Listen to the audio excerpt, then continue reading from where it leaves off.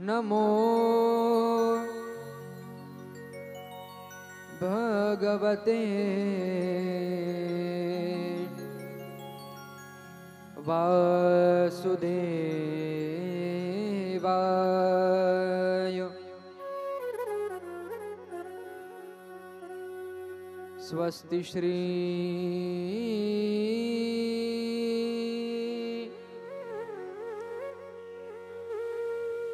गणेशाय नमः।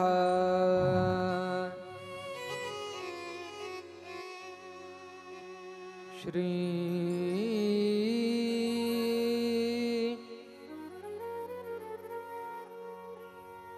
सरस्वती नमः।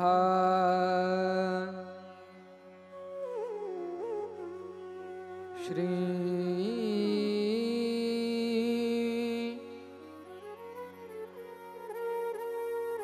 गुरुभ्यो नमः।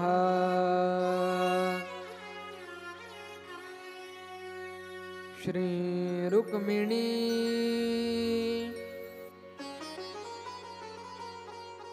पांडुरंगाभ्यां नमः।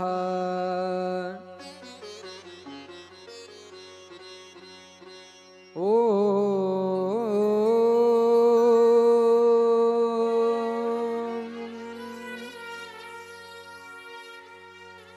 नमः पार्वतीपतये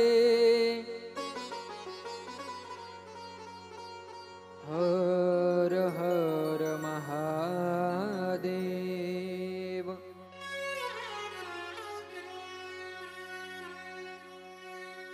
वंशी विभूषितकरा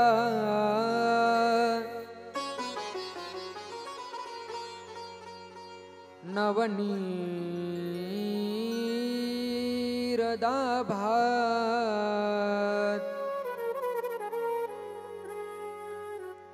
पीताम्बरादरुणबिम्ब फलाधरोष्ठात्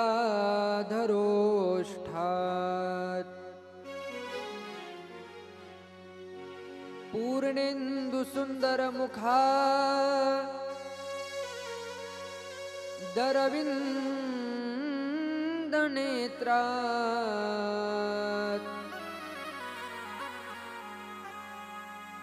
कृष्णात्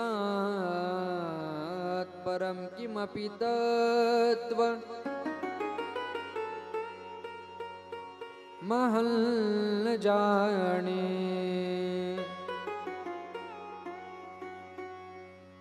लोकाभिरामम्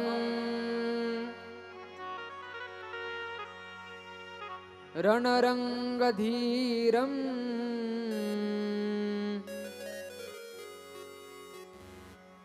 राजीवनेत्रम्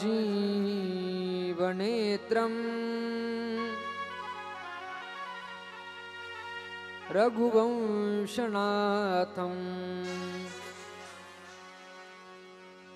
कारुण्यरूपम् करुणाकरन्तम्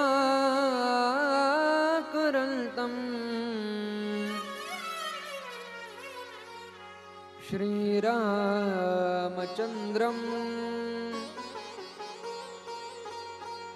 शरणं प्रपद्ये।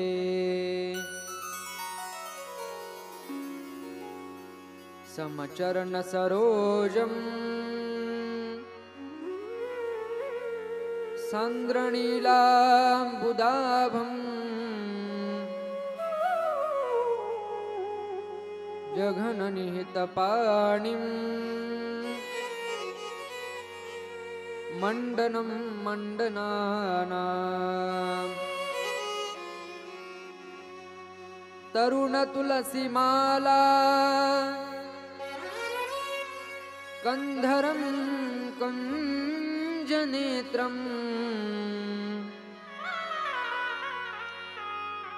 सदयधवलहासम्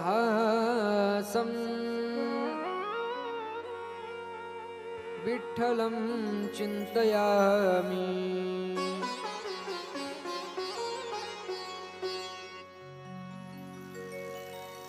वर्णानामर्थसंघाना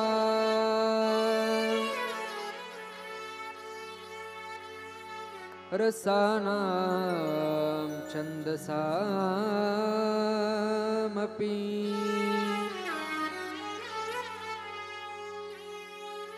मंगलानं च करतारो वन्दे वाणी विनायकौ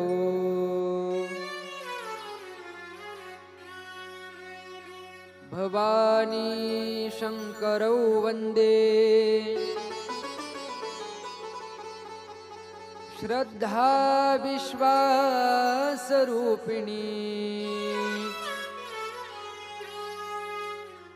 याभ्यां विना न पश्यन्ति सिद्धास्वान्तस्थमीश्वरम् वन्दे नन्दव्रजस्त्रीणां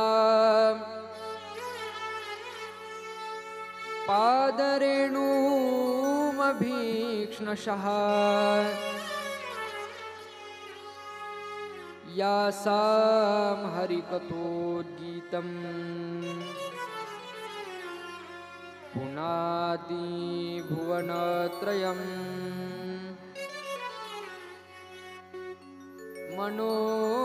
मनोजवम्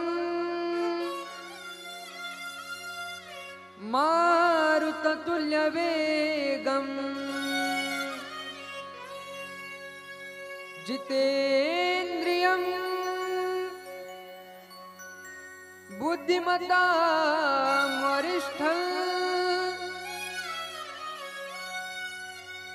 वातात्मजं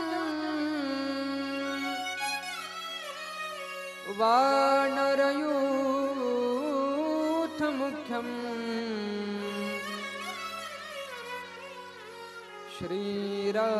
श्रीरामदूतं शरणं प्रपद्ये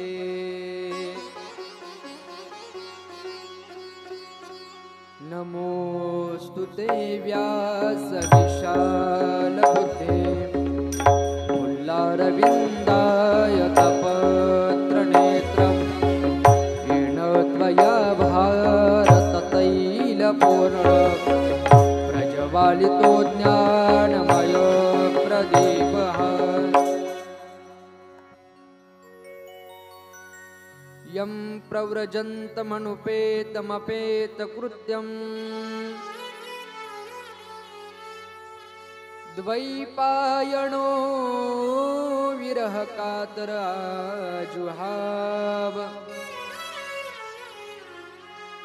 पुत्रेति तन्मयतया तर ओभिनेदुस्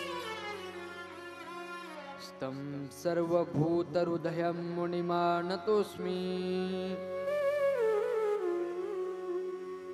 अलङ्कापुरी रम्यसिंहासनस्थं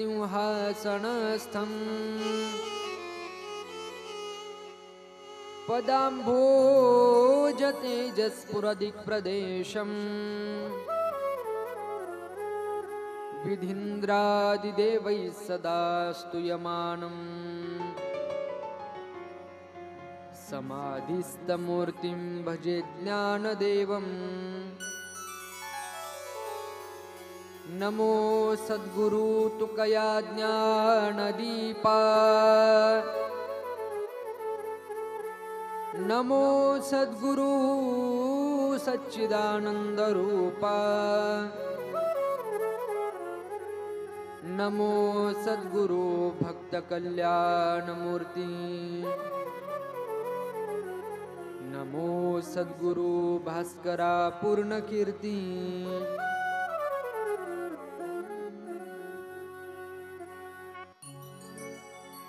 राधे राधे गोविंद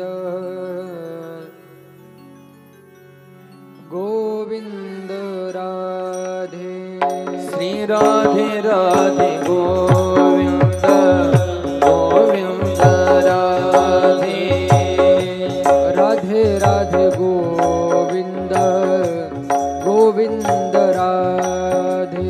श्री राधे राधे गोविंद गोविंद राधे।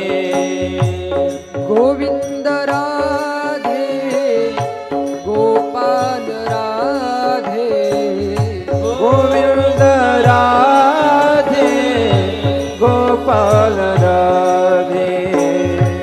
गोविंद राधे गोपाल राधे।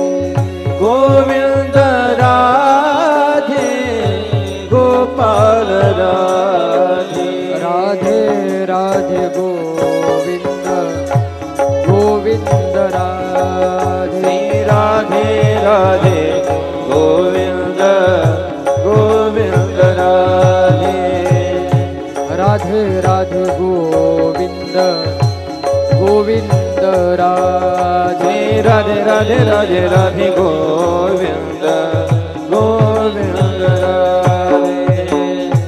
गोविंद राधे गोपाल राधे। गोविंद राधे गोपाल राधे। गोविंद राधे गोपाल राधे। गोविंद राधे गोपाल राधे। राधे राधे गोविंद गोविंद राधे। श्री राधे राधे गोविंद गोविंद राधे।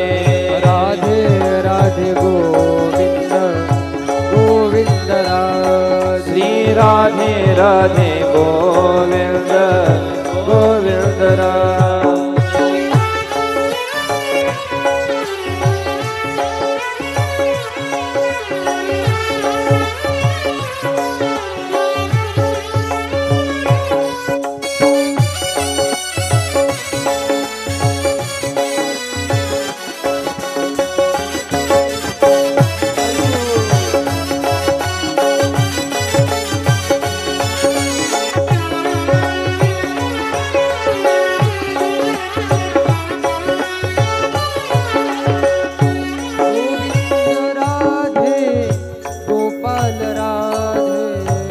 गोविंद राधे गोपाल राधे।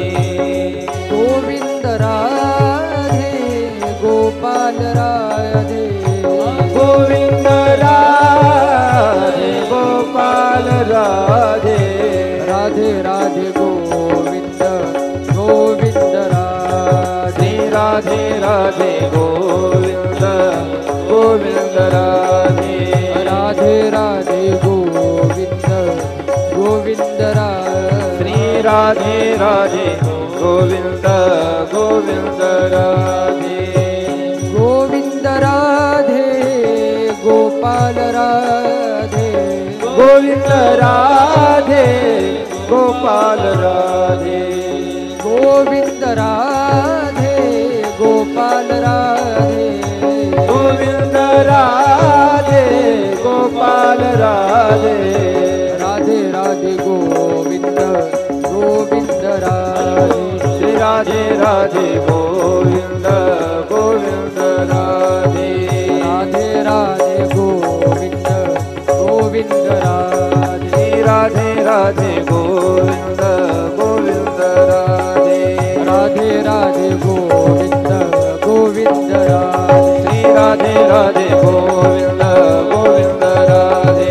राधे राधे गोविंद गोविंद राधे। श्री राधे राधे गोविंद गोविंद राधे। राधे राधे गोविंद गोविंद राधे। राधे राधे गोविंद गोविंद राधे। राधे राधे गोविंद गोविंद राधे। राधे राधे गोविंद गोविंद राधे। राधे राधे गोविंद गोविंद राधे। राधे राधे गोविंद गोविंद राधे। राधे राधे गोविंद गोविंद राधे। राधे राधे गोविंद गोविंद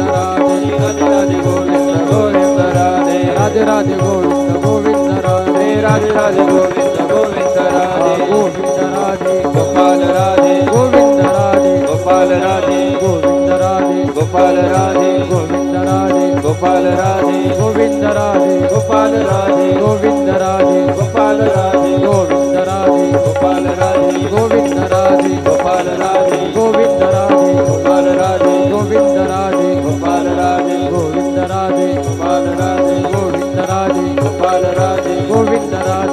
गोपाल राधे गोविंद राधे गोपाल राधे गोविंद राधे गोपाल राधे गोविंद राधे गोपाल राधे गोविंद राधे गोपाल राधे गोविंद राधे गोपाल राधे गोविंद राधे गोपाल राधे गोविंद राधे गोपाल राधे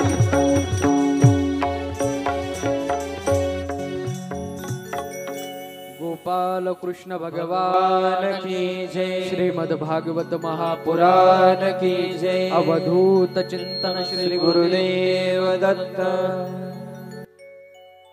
अखिल कोट ब्रह्मांड नायक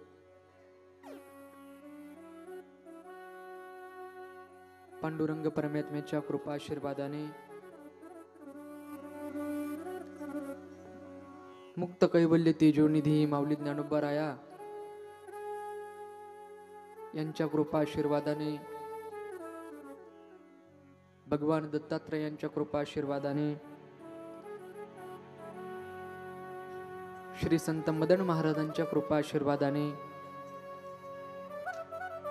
श्री संत भाऊ महाराजांच्या कृपाशीर्वादाने आदी करून सकल संत महात्म्यांच्या कृपाशीर्वादाने आपल्या या श्री क्षेत्र टाकळी आम्ही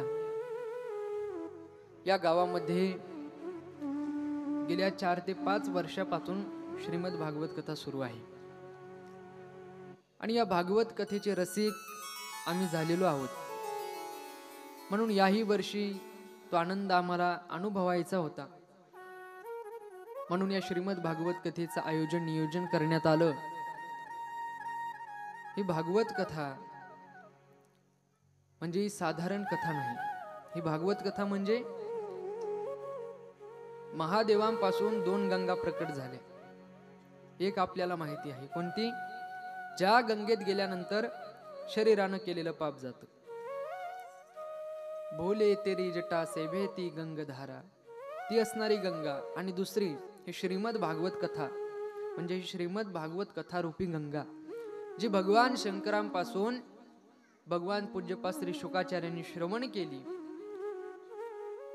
आणि तेच असणारं भागवत आपण या ठिकाणी श्रवण करत आहोत। हे भागवत ऐकायला सुद्धा भाग्य लागतं, कोणालाही भागवत ऐकता येत नाही।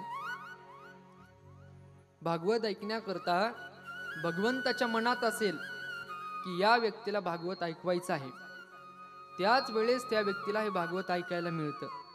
सहजासहजी हे भागवत ऐकायला मिळत नाही। भागवत भाग्यवत ज्याला ऐकायला मिळतं ते भागवत। ते हिंदी पद आहे पा, ते सांगतात भगवंताच्या मनात आलं तरच भागवत ऐकायला मिळाले। इरादे लाख बनते हैं बन के टूट जाते हैं, इरादे लाख बनते हैं बन के टूट जाते हैं, कथा में वही आते हैं, कथा में वही आते हैं जिन्हें कन्हैया बुलाते हैं, कथा में वही आते हैं जिन्हें कन्हैया बुलाते हैं, कथा में वही आते हैं जिन्हें कन्हैया बुलाते हैं, कथा में वही आते हैं जिन्हें कन्हैया बुलाते हैं।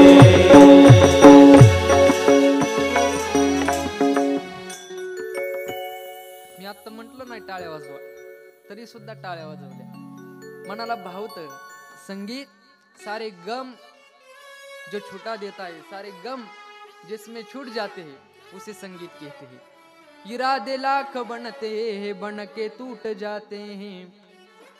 आपण कितीतरी गोष्टी ठरवतो पण आपण ठरवलेल्या गोष्टी शेवटपर्यंत जातीलच म्हणून सांगता येत नाही।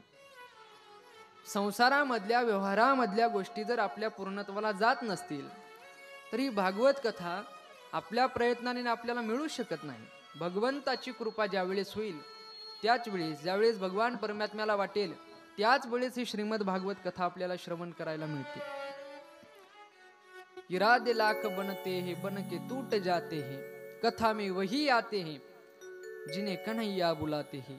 आणि म्हणून आज भगवंताने आमच्या पवार सरांना बोलवलं कथे करता.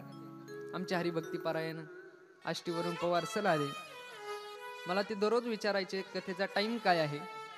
आमचे हरिभक्ती पारायण युवा कीर्तनकार आपल्या बीड जिल्ह्याचं भूषण असणारे हरिभक्ती पारायण गुरुवर श्री आमच्या गुरुजींचे शिष्य आमचे प्रवीणजी महाराज आले.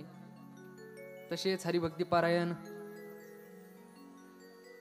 ज्यांचा आवाज ऐकल्यानंतर वाटतं काय आवाज आहे असे असणारे आमचे हरिभक्ती पारायण पवार सर आहेत. त्यांच्या चरणी दंडवत. आमचे तात्या आलेत त्यांच्या चरणी दंडवत. आमचे हरिभक्ती पारायण ज्यांनी आता माझं पूजन केलं आमचे असणारे चौधरी काका आहेत त्यांच्या चरणी दंडवत करतो. हे जे श्रीमद भागवत आहे हे भागवत म्हणजे काय आहे. भागवत या शब्दाचा मी अर्थ ऐकला होता. हिंदी कथाकाराने सांगितला. भागवत म्हणजे काय. भा म्हणजे भक्ती ज्याच्यामध्ये भक्ती आहे. ग म्हणजे आपण ज्ञान म्हणतो ते ज्ञान म्हणतात पहा. भागवत. भा म्हणजे भक्ती, ग म्हणजे ज्ञान म्हणजे ज्ञान, व म्हणजे वैराग्य आणि त म्हणजे तप. ज्याच्यामध्ये या 4 गोष्टी आहेत त्याला भागवत म्हणायचं. हे भागवत साधारण नाही. भाग्यवत ऐकायला मिळतं ते भागवत. हे भागवत सगळ्यांचं भागवतं ते भागवत. मग दोन्ही पद्धतीने घ्या. व्यवहारिक पद्धतीने पाहिलं तरी सुद्धा हे भागवत महाराज लोकांचं भागवत. आणि परमार्थाच्या दृष्टीने जरी विचार केला तरी सुद्धा हे भागवत आपल्या असणाऱ्या ज्या चिंता आहेत त्या चिंता दूर होतात. एका प्रकारे आपल्या मनाचं समाधान हे भागवत करतं. म्हणजे हे भागवत आपलं भागवत हे असणारं भागवत. आणि या भागवताचा असणारा प्राण म्हणजे भागवताचा दशम स्कंध. त्या दशम स्कंदापर्यंत काल आपण आलो. आणि भागवतामध्ये अखिल कोट ब्रह्मांडाचा नायक असणारा भगवान श्रीकृष्ण त्यांचा जन्मोत्सव आम्ही काल साजरा केला.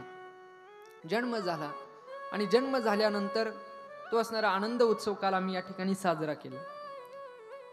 भगवान श्रीकृष्ण परमात्मा यांच्या असणाऱ्या लीला त्यांच्या बाललीला या आपल्याला श्रवण करायच्या. आणि श्रवण करताना भगवंताने कशा प्रकारे लीला केल्या ते आपण आज पाहणार आहोत. भगवंताचा अवतार झाला बंदी शाळेमध्ये. वसुदेव देवकीच्या असणाऱ्या पोटी भगवंताने अवतार घेतला. भगवंत प्रकट झाले. तुमचा माझा जन्म असतो पण भगवंत प्रकट होत असतात.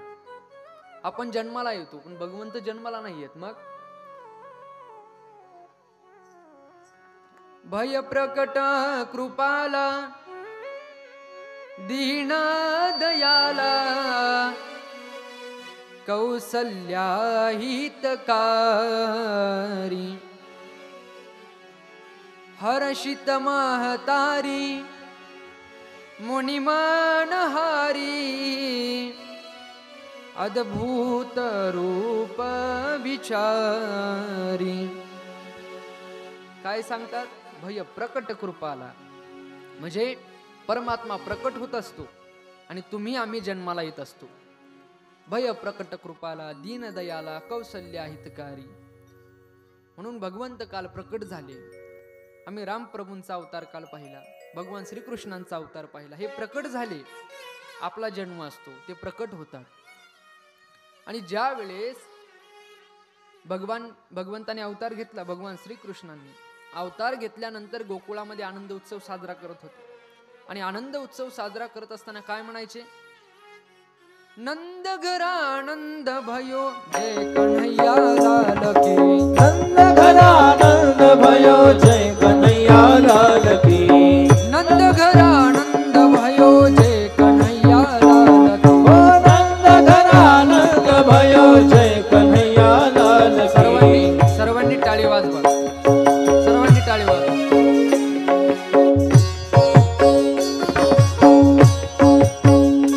हात वर घ्या. हात वर घ्या. घ्या हात वर. एक टाळी वाजवा सर्व.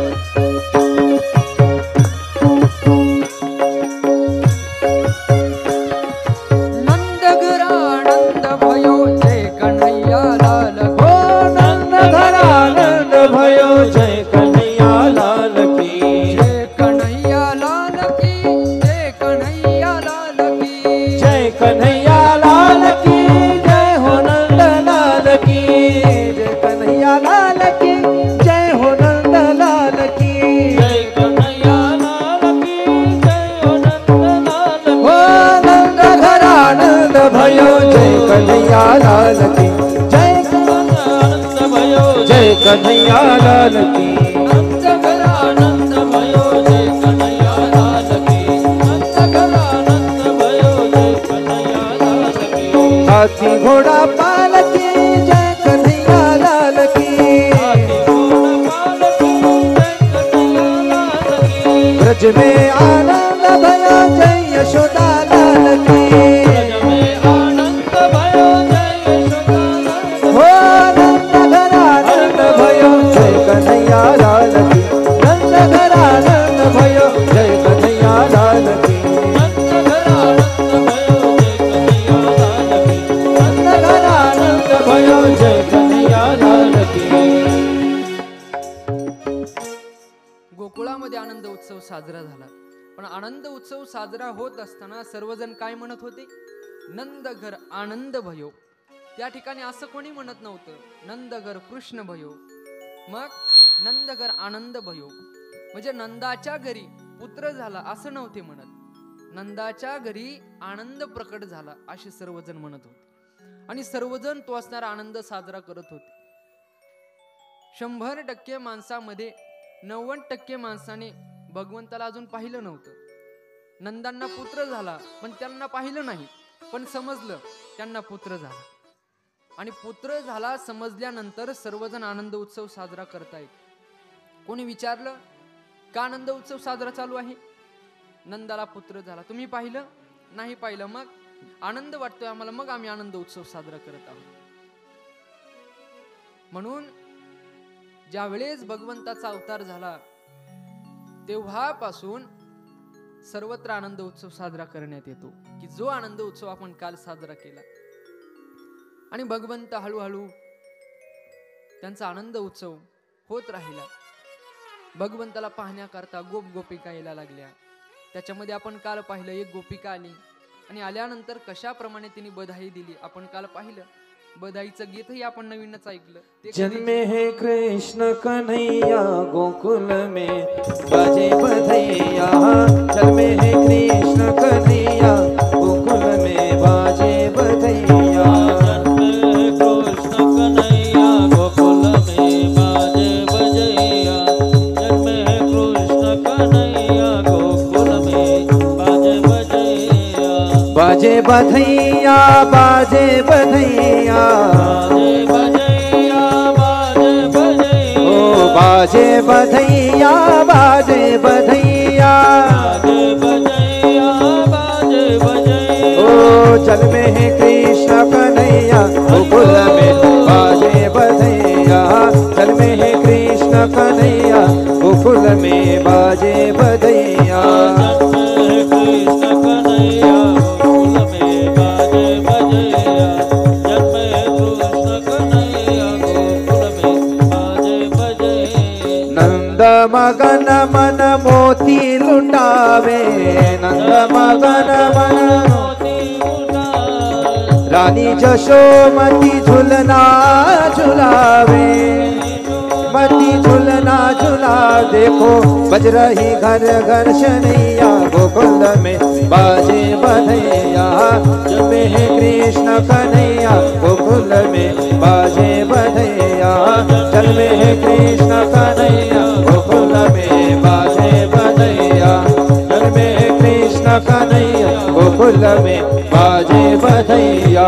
बाजे बधैया बाजे बधैया। बधाई देण्याकरता गोपिका यायला लागल्या. ब्रजवासी असणाऱ्या गोपिका नंदवाड्या समोर येत आहेत. नंद बाबांना बधाई देत आहेत, यशोदा मातेला बधाई देत आहेत आणि बधाई देऊन त्या ठिकाणी आनंद उत्सव साजरा चालू आहे. खऱ्या अर्थानं आपण विचार केला, हे वर्ष फार भाग्याचं आहे आपलं. का? कारण या वर्षी प्रभू श्री रामचंद्र विराजमान झाले. हे असणार आपण खऱ्या अर्थानं आपण भाग्यवान.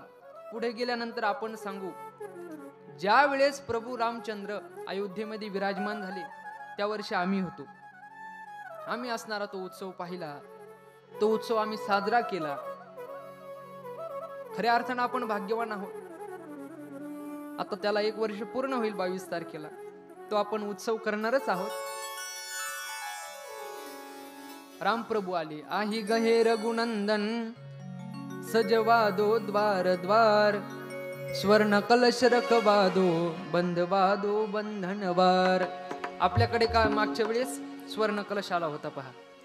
त्याच्यामध्ये काही अक्षदा त्या आपल्याला त्या ठिकाणी येण्याकरता अक्षदा आल्या होत्या. आही गये रघुनंदन सजवादो द्वार द्वार, स्वर्ण कलश रखवादो बंधवादो बंधनवार. तो आनंद उत्सव सजी नगरी आहे सारी, बंधवादो बंधनवार. म्हणून तोच असणारा आनंद उत्सव भगवान प्रकट झाल्यानंतर आपण साजरा करतो. भगवान रामप्रभूंचं जे चरित्र आहे ते चरित्र आचरणीय आहे. आपण त्याप्रमाणे आचार करू शकतो. पण भगवान श्रीकृष्णांचं चरित्र हे उच्चारणीय आहे. का? त्यांच्यासारखं आपल्याला जमणार नाही. एखादा म्हटला मी करणार त्यांच्यासारखं, कसं जमू शकतं? जमू शकत नाही. त्यांना 16,108 पत्न्या होत्या. आपल्याला एक सुद्धा सांभाळणं होत नाही. त्यांच्यासारखं जीवन नाही. मग त्यांचा फक्त उच्चार. भगवान श्रीकृष्णांचं जे चरित्र आहे ते चरित्र माणसाला आनंद प्रदान करतं. त्यांच्या लीला बाललीला माणसाला आनंद प्रदान करत असतो. भगवान श्रीकृष्ण ज्या वेळेस त्यांना गायी चारवायला आईने सांगितलं रानामध्ये जा, रानामध्ये जायचे. अनेक असणाऱ्या गायी घेऊन रानात जायचे. त्यांचे असणारे गोपाळांसोबत रानामध्ये गायींना चारा घालण्याकरता जायचे आणि सायंकाळ झाल्याबरोबर परत यायचे. एक वेळेस भगवंत घरी होते. आपल्या असणाऱ्या राजवाड्यामध्ये बसले होते. एक असणारी गोपी त्यांच्या राजवाड्यात आली आणि आल्यानंतर यशोदा मातेला म्हटली, मैया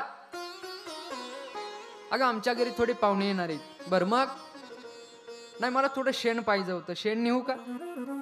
त्यावेळेस यशोदा मातेने तिला सांगितलं, अगं शेण नेण्याकरता काय विचारायचंय, शेण तर घेऊन जा. ती आली, तिने शेण घेतलं आणि घेऊन जायला लागली. तेवढ्यामध्ये आपला असणारा लाला बाहेर पळत पळत आला. मैया जवळ आली. काय झालं लाला? ही गोपी शेण घेऊन जायला लागली. हिला कोणी सांगितलं घेऊन जायला? ती सांगू लागली, अरे लाला, अरे शेण तरी शेण कशाला लागतंय आपल्याला, जाऊ दे. नाही नाही नाही मैया, हे शेण सुद्धा आपल्याला लागेल. कशाला लागेल? काही आपण करू पण द्यायचं नाही. अरे लाला, का द्यायचं नाही? जाऊ दे ना, आपल्याला त्याचा उपयोगच नाही. त्यावेळेस कृष्ण म्हणायला लागले, मैया आपल्या ज्या गायी आहेत त्या गायींची सेवा कोण करतं? मी करतो. आपल्या जेवढ्या गायी आहेत ते रानात कोण घेऊन जातं? मी घेऊन जातो. रानात नेल्यानंतर त्यांना पाणी पाजायचं असेल तर कोण पाजवतं? मी पाजवतो. त्यांना जेवढी सेवा लागती ती सर्व सेवा मी करतो. त्यांचं असणारं दूध कोण काढतं? मी काढतो. आणि मग सर्व सेवा केल्यानंतर त्याच्यातून मिळणारा मेवा, त्याच्यामध्ये एक शेण आहे. शेण सुद्धा त्याच्यापासूनच मिळते. हे शेण सुद्धा आपण दिलं नाही पाहिजे. आणि जर द्यायचंच असेल ना, त्याच्या मोबदल्यात काहीतरी घ्यायचं. मैया हसायला लागली, लालात काय तुझं काही पण. अरे दूध मिळते ना, दूध राहू दे, पण शेणाचा काय उपयोग आहे का? जाऊ दे, घेऊन जाते. नाही नाही नाही मैया, शेण सुद्धा मी नेऊन देत नसतो. ती गोपी तेवढ्यामध्ये आली, शेण नेण्याकरता परत आली आणि ती लालाला विचारायला लागली, लाला बाहेर कशाला आला? आतमध्ये बसला होता. कशाला आलो म्हणजे? माझ्या असणाऱ्या गायींचं शेण घेऊन जातो आणि मला विचारतो. तसं विचारल्याबरोबर मैया पाहते आणि मैया गोपीकडे बघून म्हणते गोपीला, जा जा, घेऊन जा, घेऊन जा, याच्याकडे लक्ष नको देऊ, घेऊन जा. त्यावेळेस भगवंत त्या गोपीला सांगतो, अजिबात न्यायचं नाही. शेण न्यायचं काहीच कारण नाही. मी सेवा करायची, शेण घेऊन जायचं? अजिबात शेण न्यायचं नाही. आणि त्यावेळेस भगवान श्रीकृष्ण त्या गोपीला म्हणतात, तुला शेणच न्यायचंय ना? माझी एक अट आहे. काय अट आहे? लाला काय अट सांग? तू जी अट सांगशील ती मी पूर्ण करते. त्यावेळेस भगवान श्रीकृष्ण म्हणतायत गोपिकेला, शेण घेऊन जायचं ना, या शेणाच्या मोबदल्यामध्ये मला काहीतरी पाहिजे. काय पाहिजे? या शेणाच्या मोबदल्यामध्ये मला माखण पाहिजे. मला माखून आणून द्यायचं आणि शेण घेऊन जायचं. मई हसायला लागली, शेणा बदल्यामध्ये कोणी माखण घेतं का? काही पण. ती गोपिका म्हटली, बरं लाला, तुला मी माखण देते, शेण घेऊन जाते. कसं द्यायचं पण? काहीतरी मोजमाप पाहिजे ना. त्यावेळेस मी कृष्णाने त्या गोपीला सांगितलं, हे बघ, तू आता शेण नेणार, शेणाच्या मोबदल्यात मी माखण घेणार, पण जेवढं शेण न्यायचं तेवढं माखण द्यायचं. याचं मोजमाप कसं करायचं तर ऐक, मी सांगतो. आता तू जे घेऊन आलेली आहे ते टोपलं, त्याच्यामध्ये शेण घेऊन जाते. एक टोपलं शेण घेऊन गेली आणि घरी टाकलं, एक असणारी टिकली माझ्या चेहऱ्यावर लावायची. ती म्हटली बरं. तिने एक टोपलं घेतलं, घरी नेऊन टाकलं की एक असणारी टिकली घ्यायची आणि भगवंताच्या गालाला लावून टाकायची. परत यायची, त्या टोपल्यामध्ये शेण घ्यायचं, टाकायचं, परत भगवंताच्या गालाला टिकली लावायची. असं तिने बऱ्याच वेळा केलं. तिला आता शेणाची आवश्यकता नव्हती, शेण नको होतं, पण तरी सुद्धा यायची, शेण भरायची, भगवंताला टिकली लावायची, शेण नेऊन टाकायची. ती म्हणायची आता शेण नकोय, पण भगवंत लय गोड दिसतोय. मग भगवंताला आपलं संपूर्ण त्याचा चेहरा टिकल्याने भरून टाकायचं. परत यायची, ते भरायची, भगवंताच्या चेहऱ्यावर टिकली लावायची, त्याच्या नाकावर लावलं, त्याच्या कपाळावर लावलं, त्याचा सगळा असणारा चेहरा त्या टिकलीने भरून टाकला. आणि शेवट एकदा आली, ती म्हटली आता आपण टिकल्याने भगवंताचा चेहरा, लालाचा चेहरा तर भरून टाकला, पण काहीतरी गंमत केली पाहिजे. काय करायचं? मग तिनं शेण भरलं त्या टोपल्यामध्ये आणि भगवंताच्या जवळ टिकली लावण्याकरता गेली आणि आपल्या डोक्यावर ते ठेवलेलं जे टोपलं होतं हळूच भगवंताच्या अंगावर सांडलं. भगवंत त्या गोपीला म्हणायला लागले, वेडी का रे तू, माझ्या अंगावर शेण? लाला, अरे चुकून झालं, मी हटकून नाही केलं, चुकून झालं, अंगावर पडलं. तेवढ्यामध्ये आतून यशोदा माता पळत आली. काय झालं लाला, का ओरडतोस? त्यावेळेस भगवंत म्हणायला लागले, मैया, या गोपीनं बघ माझ्या अंगावर शेण टाकलं. टाकलं, बरं मी तुला साफ करते. आपल्या साडीचा पदर घेतला आणि भगवंताचा चेहरा पुसायला लागली. त्यावेळेस भगवंत म्हणतात, मैया हळूच का? तिनं टिकली लावली, ती टिकली म्हणजे त्याच्या मोबदल्यात माखण मिळेल, ती टिकली पुसली नाही पाहिजे. म्हणजे भगवान श्रीकृष्णांचं जे चरित्र आहे ते चरित्र माणसाला सहज एक आनंद प्रदान करत असते. त्या असणाऱ्या भगवान श्रीकृष्णांचा जन्मोत्सव झाला. वसुदेवांनी भगवंताला गोकुळामध्ये ठेवलं, मायेला घेतलं आणि मायेला घेऊन मथुरेमध्ये गेले. मथुरेत गेल्याबरोबर जी काही बंधने गळून पडली होती ती सर्व असणारी बंधने त्यांच्या अंगावर आली. त्या असणाऱ्या कंसाला कळालं, 8वा असणारा जो पुत्र आहे तो झाला. राक्षसांना मायेमुळं झोप लागली होती. ज्या वेळेस या मायेला घेऊन आले, सर्वांना जाग आली. ती माया आरडायला लागली, कंसाकडे गेले. कंस धावत धावत त्या बंदीशाळेत आला आणि बंदीशाळेत आल्यानंतर काहीच पाहिलं नाही. मारायचं आहे म्हणून तिला हातामध्ये घेतलं, असं वर केलं, आपटणार तेवढ्यामध्ये ती आकाशामध्ये गेली आणि आकाशात जाऊन सांगितलं कंसाला, कंसा, अरे तू काय मला मारतो? तुला मारणारा माझ्या आधी जन्माला आला, तुझं लागी वदी उपजला मज आधी, मला काय मारतो तू? आणि कंसा असं समजू नको, तुला मारणं फार अवघड नाही. अरे मी माया आहे, चांगल्या चांगल्याला बट्टा लावला, तू काय चीज आहे? तुला सुद्धा मी मारू शकते, पण तुला मी मारणार नाही. तुला मारण्याकरता भगवंताने अवतार घेतलाय. ती असणारी माया गायब झाली आणि झाल्यानंतर कंसाला आता भीती वाटायला लागली, अरे माझा असणारा 8वा वैरी हा जन्माला आला. जन्माला आल्याबरोबर तो कुठे गेला मला माहित नाही. बाहेर जेवढे राक्षस होते, जे सेवक होते, त्यांना विचारलं, तुम्ही काय झोपले होते का? त्यांनी सांगितलं, नाही महाराज, दिवस रात्र आम्ही त्यांच्यावर नियंत्रण ठेवत आहोत, त्यांच्याकडे पाहत आहोत. मग कुठं गेला तो? माहित नाही महाराज. कंसाला भीती वाटायला लागली, माझा असणारा वैरी, माझा असणारा मृत्यू जन्माला आला, कुठे गेला काही माहित नाही. त्याला नाहीच मारलं तर मी त्याच्या हातून मरेल, काहीतरी केलं पाहिजे. काय करायचं? ज्याला मारायचंय त्याचा पत्ता माहित नाही, ज्याला मारायचंय त्याचं नाव माहित नाही, ज्याला मारायचंय तो कुठे गेलाय, त्याचं गाव कोणतं काही माहित नाही, पण त्याला तर मारलं पाहिजे. काय करावं चिंताग्रस्त झाला.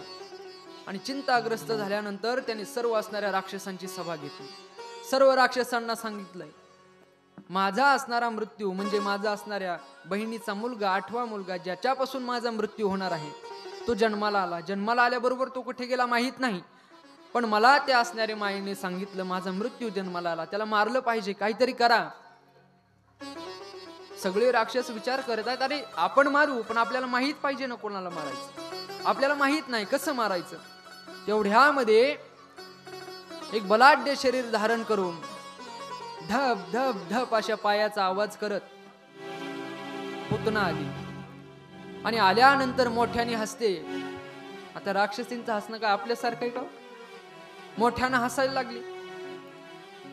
आणि हसत हसत त्या असणाऱ्या कंसाजवळ गेली. म्हटली, दादा काय झालं, एवढा चिंतेमध्ये काय?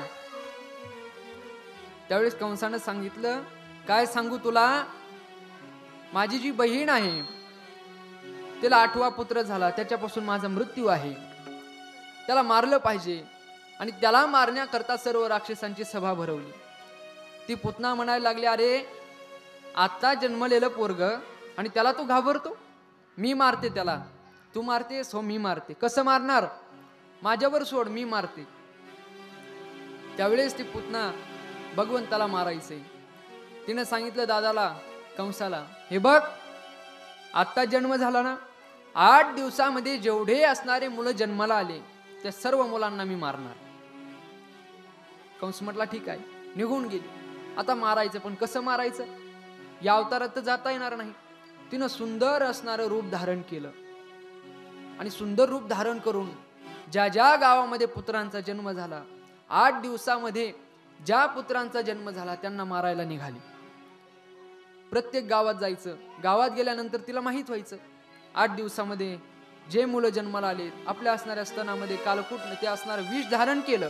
प्रत्येक असणाऱ्या मुलाच्या जवळ जायचं, एक थेंब पाजला की मुलं मरून जायची. हळूहळू असणारी त्या गोकुळामध्ये आली. गोकुळात आल्यानंतर तिला माहीत झालं नंदांच्या घरी पुत्र जन्माला आलेला आहे, त्याला मारलं पाहिजे. त्या गोकुळामध्ये गेली. पण गोकुळात गेल्यानंतर ती पाहते तर या ठिकाणी तर आनंद उत्सव साजरा आहे. सर्वजण काय म्हणत आहे, नंद घर आनंद भयो जे कन्हैया लाल की. सगळेजण आनंद उत्सव साजरा करतायत. त्याला मारलं पाहिजे, हा पुत्र असू शकतो, याला मारायचं. एवढी सुंदर रूप धारण करून आलेली होती ती. नम म्हणे आली नंदाचे अंगणे, नाम म्हणे आली नंदाचे अंगणे, नाम म्हणे आली नंदाचे अंगणे, नाम म्हणे आली नंदाचे अंगणे. स्वरूप सुंदरी देवांगना, स्वरूप सुंदरी देवांगना, देवांगना देवांगना. दीन दुबळ्याचे मारितसे बाळे, दीन दुबळ्याचे मारितसे बाळे, दीन दुबळ्याचे मारितसे बाळे, दीन दुबळ्याचे मारितसे बाळे, मारितसे बाळे, मारितसे बाळे. नामा म्हणे आली स्वरूप सुंदरा. एवढं सुंदर रूप धारण केलं आणि सुंदर रूप धारण करून त्या गोकुळामध्ये प्रवेश केला. त्या ठिकाणी सगळेजण आनंद उत्सव साजरा करत होते. पण ज्या वेळेस ती त्या असणाऱ्या गोकुळात आली, आल्यानंतर सर्वांनी तो आनंद बंद केला. जे भजन करत होते ते बंद केलं आणि त्या असणाऱ्या पुतणीकडे पाहू लागले. एवढी सुंदर दिसत होती. आणि हळूहळू असणारी नंदबाबांच्या राजवाड्यात गेली. गेल्यानंतर यशोदा माता बाहेर आली आणि यशोदा मातेने पाहिलं किती सुंदर आहे. त्यावेळेस ती यशोदा माता विचार करायला लागली, अरे ही असणारी पुतना, ही असणारी जी आलेली आहे, मला जो असणारा बालक झाला, हा असणारा बालक जर मला लवकर झाला असता तर माझ्या असणाऱ्या बालकाचा विवाह मी हिच्याशीच लावला असता. एवढी ही सुंदर आहे. का बरं? आत्ता जन्माला आला, 6 दिवस झाले नाही आणि त्याच्या लग्नाचा विचार. माता माऊलींचे विचार फार पुढे असतात. लवकर याचा जन्म व्हायला पाहिजे होता, आपण विवाह लावून दिला असता. त्याचं कारण आहे, यशोदा मातेने तिचा प्रभाव पाहिला. यशोदा मातेने पुतणेचा स्वभाव पाहिला नाही. स्वभाव आणि प्रभाव. इकडे तिकडे बाबा. यशोदा मातेने स्वभाव पाहिला.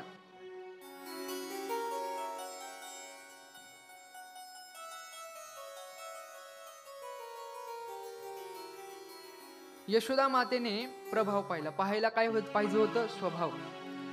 पुतना म्हणजे काय आहे? पुतना म्हणजे एक स्वभाव आहे. आपण सुद्धा पुतना असू शकतो. कशावरून? त्याचं एक लक्षण आहे. आपण भगवंताकडे जातो, गेल्यानंतर भगवंताचं दर्शन घेतो. पण भगवंताचं दर्शन घ्यायला गेल्यानंतर आपल्या मनामध्ये एक असेल आणि आपण वरून जर एक दाखवत असेल तर आपण सुद्धा पुतना आहोत. ही जी पुतना आहे आतून पाहिलं तरी राक्षसी नाही, पण अशी सुंदर शृंगार करून आलेली आणि एवढी सुंदर दिसायची, त्या यशोदेला वाटायचं माझ्या बालकाचा विवाह लावून दिला असता. प्रभाव पाहिला आणि गेली, आतमध्ये गेली. आतमध्ये गेल्यानंतर यशोदा मातेने तिला विचारलं, कोण तू? अगं तुझी बहीण आहे मी. बहीण? कसली बहीण? तुझी मावस बहीण आहे. मावस बहीण? मला तर बहीणच नाही. मावस बहीण कुठून? अगं काय झालं, तुझा जन्म होण्याच्या आधीच माझं लग्न झालं. असं? हो म्हणे, आधीच लग्न झालं. बर, मग लग्न झाल्याबरोबर मला पाठवून दिलं आणि मला असा नवरा भेटला, तो मला कुठेच जाऊ देत नव्हता. तुझा जन्म झाला तरी सुद्धा मला त्यानं येऊ दिलं नाही, तुझ्या लग्नाला येऊ दिलं नाही. ती म्हटली, मग आत्ता कस काय आली? आत्ता त्यांचं वय झालं, आता ते माझ्या ताब्यात आहेत आणि मग मी तुझ्या असणाऱ्या या मुलाच्या जन्मात झाल्यानंतर मला बातमी कळाली, मी आली. ते यशोदा मातेने विचार केला, जाऊ द्या, कोणीतरी इंद्रकुळी तुनी अप्सरा आली, कोणीतरी आली असेल, जाऊ द्या, कशाला तिला शब्दामध्ये अडकवायचं. आतमध्ये घेतलं. तिनं विचारलं, लाला कुठे गेला? झोपलाय तो, दिवसभर रडत होता, झोपलाय. बर बर बर, झोपलाय, झोपू दे. त्यावेळेस ती म्हटली, चल मला थोडी कामाला मदत करू लाग. जायला निघाल्या. तेवढ्याच भगवंत विचार करायला लागले, अरे माझं पहिलंच गिराईक आणि त्या गिराईकालाही वेळ लावित आहे, मग तसं नाही झालं पाहिजे. भगवंताने रडायला सुरुवात केली आणि भगवंत रडायला लागल्यानंतर ही जी पुतना आहे, या पुतनेने यशोदेला सांगितलं, तू तुझं काम कर, मी जाते तेव्हा बाळाला पाहायला. बरोबर जा म्हणे. ती पुतना गेली आणि गेल्यानंतर भगवंताला घेतलं हातामध्ये. ती भगवंताचं स्वरूप पाहिलं. राक्षस असले तरी भगवंताचं स्वरूप पाहिल्यानंतर राक्षसाच्या मनाला सुद्धा प्रेम निर्माण होईल, असं भगवंताचं स्वरूप. भगवंताला पाहिलं. 2 मिनिट स्तब्ध झाली. भगवंताने मायेचा पडदा टाकला. तिच्या लक्षात आलं, पण भगवंताने काय डोळे उघडले नव्हते, डोळे झाकलेले. आणि त्या डोळे झाकल्यावरून भगवंताने डोळे झाकले, त्याच्यावर असे आपले 2 हात, बारीक बारीक असणारे हात असे डोळ्यावर ठेवले. का हात ठेवले? त्याचं कारण आहे, ही जी पुतना आली, ही पुतना प्रभावानं आली होती. आपला मूळ स्वभाव तिने आणला नव्हता. आपण भगवंताकडे जाताना जैसे आपण आहोत तसं गेलं पाहिजे. आपण वाईट आहोत, वाईट म्हणून भगवंताकडे जा, भगवंत आपल्याकडे पाहिजे. पण आतून एक आणि बाहेरून एक. खायचे दात वेगळे आणि दाखवायचे दात वेगळे, असं जो असेल तो पुतना. आपण जसे आहोत तसे देवाकडे जायचं. जैसा आहे तैसार आहे, तरी का देवदुरी आहे, तसं आपण भगवंताकडे जायचं. भगवंताने आपले डोळे झाकून त्याच्यावर असे हात ठेवले. भगवंत काय पाहिनात? का पाहिनात? त्याचे अनेक कारण आपल्याला पाहायला मिळतात. भगवंत विचार करतायत, ही जी पुतना आहे हिने असणारे अनेक बालकं मारली, बालघातिनी आहे. बालघातिनीचं आपण स्वरूप पाहायला नको. एक कारण. दुसरं कारण, ही स्त्री आहे. आपल्याला पहिलंच गिरायकी, स्त्रीला मारायचंय, तिला मारताना आपण पाहिलं नाही पाहिजे. तिसरं कारण, आता आपण हिचं विष ग्रहण करणार आहोत. आपलं विष ग्रहण करण्याचं डिपार्टमेंट नाही, मग आपल्याला माखनाचं आपलं डिपार्टमेंट. हे डिपार्टमेंट कोणाचं? कैलास के निवासी नमो बार बार हो, नमो बार बार हो. आयो शरण तिहारी शंभु तार तार तो, आयो तिहारी शंभु तार तार तो. आयो शरण तिहारी भोले तार तार तो, आयो शरण तिहारी भोले तार तार तो.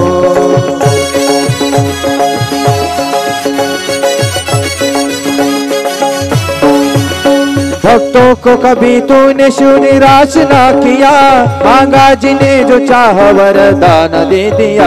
बड़ा है तेरा दाता, बड़ा दातार तू, बड़ा दातार तू। आयो शरण तिहारी शंभु तर तर दो, आयो शरण तिहारी शंभु तर तर दो। कैलाश के निवासी नमो बार बार हो, नमो बार बार हो। आयो शरण तिहारी शंभु तर तर दो, आयो शरण तिहारी शंभु तर तर दो। आयो शरण तिहारी भोले तर तर। हे आपलं डिपार्टमेंट नाही, हे डिपार्टमेंट भगवान शंकराचं. भगवान शंकराचं ध्यान करायला लागले आणि सांगायला लागले हे विष तुम्ही ग्रहण करायचं. हे एक कारण. भगवंताने डोळे झाकले कारण भगवंताच्या पोटामध्ये अनेक असणारे ब्रह्मांड आहेत, त्याच्यामध्ये अनेक देवदेवता आहेत. डोळे झाकून त्यांना सांगायला लागले हे विष तुमच्यापर्यंत येणार नाही, माझ्यापर्यंतच हे विष राहील, तुम्ही काही काळजी करू नका. आणि ती असणारी पुतना भगवंताला घेतलं, कोपरामध्ये गेली आणि कोपऱ्यामध्ये गेल्यानंतर आपल्या असणाऱ्या स्तनाला जे विष लावलं ते भगवंताच्या मुखामध्ये दिलं. आणि दिल्यानंतर 1 मिनिट झाला, 2 मिनिट झाले तरी सुद्धा काही होईना. ती विचार करायला लागली एवढे मी बालक मारले, एक थेंब टाकला की मरून जायचे, काय हा बालक आहे, याला काहीच होईना. भगवंताने संपूर्ण विष ओढलं, त्याच्यानंतर तिचं दूध ग्रहण केलं आणि आता असणारे तिचे प्राण ओढायला सुरुवात केली. प्राण भगवंत जसे जसे प्राण ओढायला लागले तसं तिचं मूळ असणारं स्वरूप प्रकट व्हायला लागलं, हळूहळू मोठी व्हायला लागली.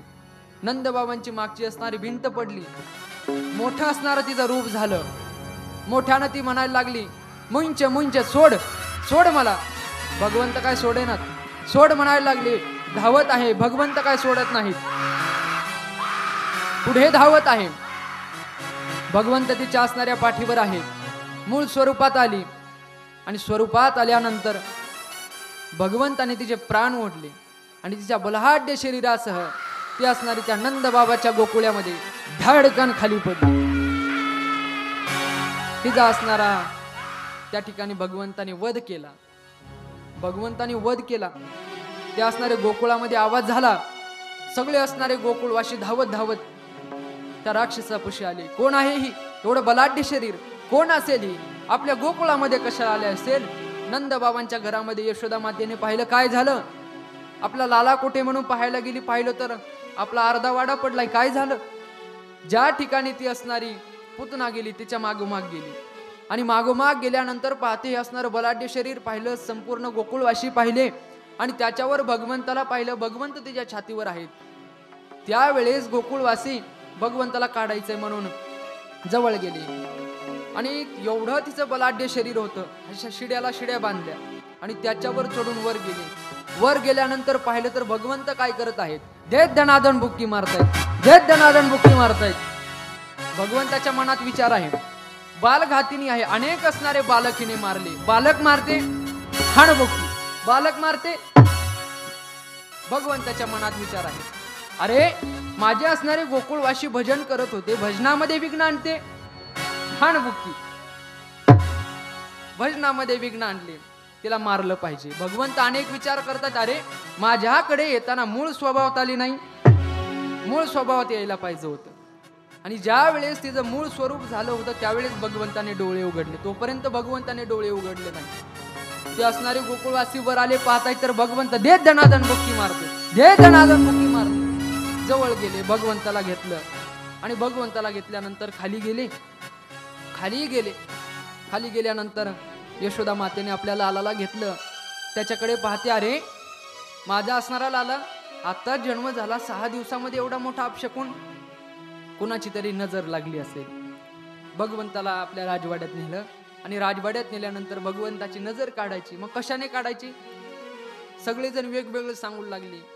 तिची नजर लागली असेल, बरं सगळ्यांचं बोलणं वेगवेगळं, तिनंच काहीतरी केलं असेल. आपण काय करायचं, याची नजर काढायची. कशी नजर काढायची, मग कोणी काही सांगायचं, कोणी काही सांगायचं.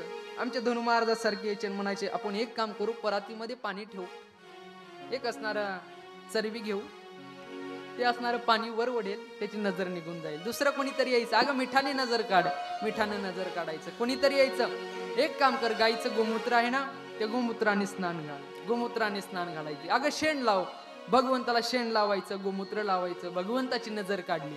लिंबलो न उतरिते ओवाळूनी काया, लिंबलो न उतरिते ओवाळूनी काया.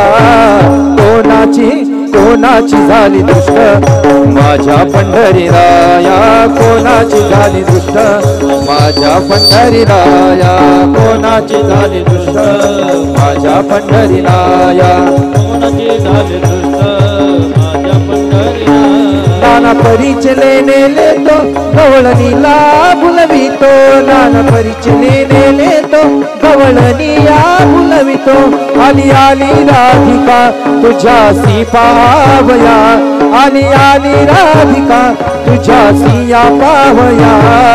कोणाची हो कोणाची झाली दृष्ट माझ्या पंढरीराया, कोणाची झाली दृष्ट माझ्या पंढरीराया, कोणाची झाली दृष्ट माझ्या पंढरीराया, माझ्या पंढरीराया, माझ्या पंढरीराया. वा हरीश महाराज, असं म्हटलं का मला असं वाटतं एखाद्या माता माऊलीच्या अंगात यावं नाही म्हणजे झालं. काल तर असे म्हटले, मला खरंच वाटायचं एखाद्याच्या अंगात येतं काय. नजर काढायला लागले, भगवंताचा अपशकुन झाला. वेगवेगळ्या पद्धतीने भगवंताची नजर काढली. भगवंत 6 दिवसाचे होते.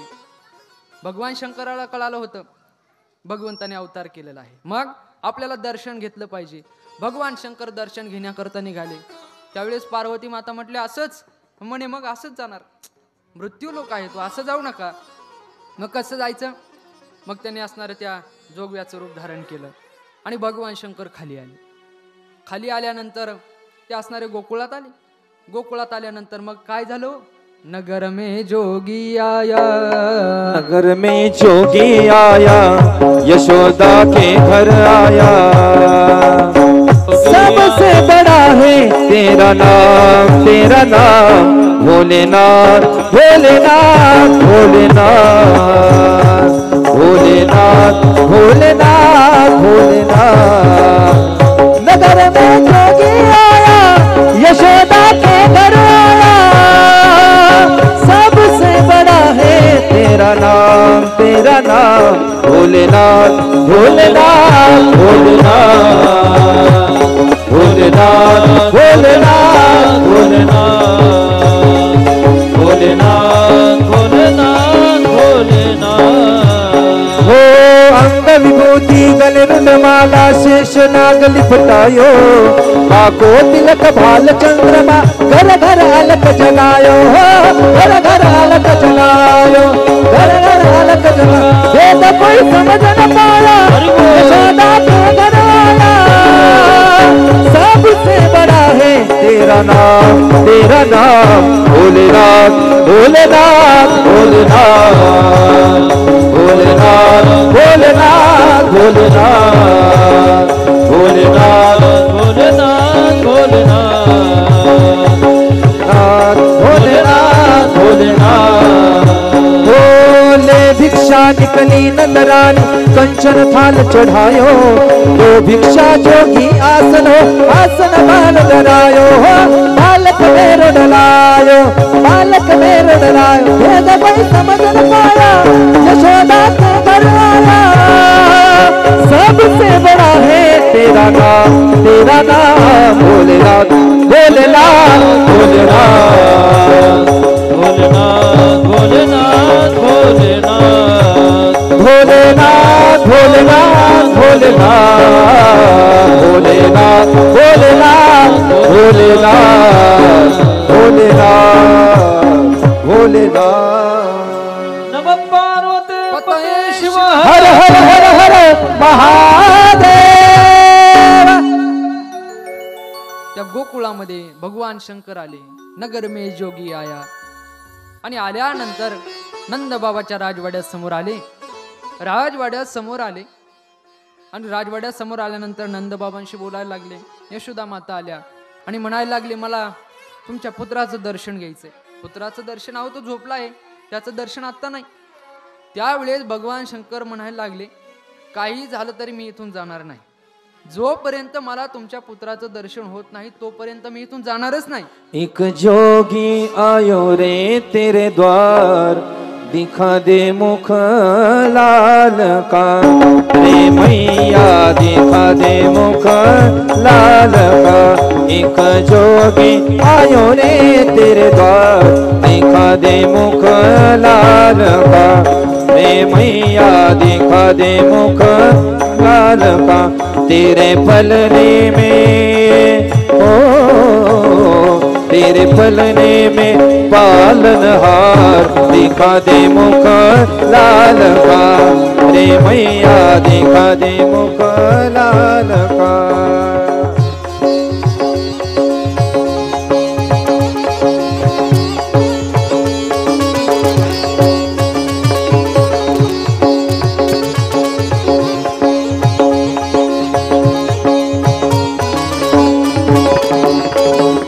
अखियों में प्यास जोगी करे अरदास, ये अखियों में प्यास जोगी करे अरदास. बड़ी दूर से आयो लेके दरस किया, माई ऐसा हो माई ऐसा संजोग नाटाल, दिखा दे मुख लाल का, मेरे मैया भये निहाल, दिखा दे मुख लाल का. निहालनहार, दिखा दे मुख लाल का. रख ले हीरे मोती तेरे, ए पत्थर किस काम के मेरे. रख ले हीरे मोती तेरे, ए पत्थर किस काम के मेरे. जोगी हो गया जोगी हो गया माला माल, दिखा दे मुख लाल का, तेरे पलने में पालनहार, दिखा दे मुख लाल का, रे मैया दिखा दे मुख लाल का, लाल का. यशोदेला म्हणायला लागले भगवान शंकर, मला दर्शन घ्यायचंय, मला त्याचं मुख पाहायचंय, त्याच्याशिवाय मी या ठिकाणावरून जाणार नाही. त्याच ठिकाणी बसले, डोळे झाकले आणि डोळे झाकल्यानंतर डोळे झाकून भगवंताला बोलायला लागले, देवा अहो तुमचं दर्शन घेण्याकरता मी इथे आलो आणि तुम्ही खुशाला आतमध्ये झोपलात. तुम्ही अवतार काय झोपायला घेतला का?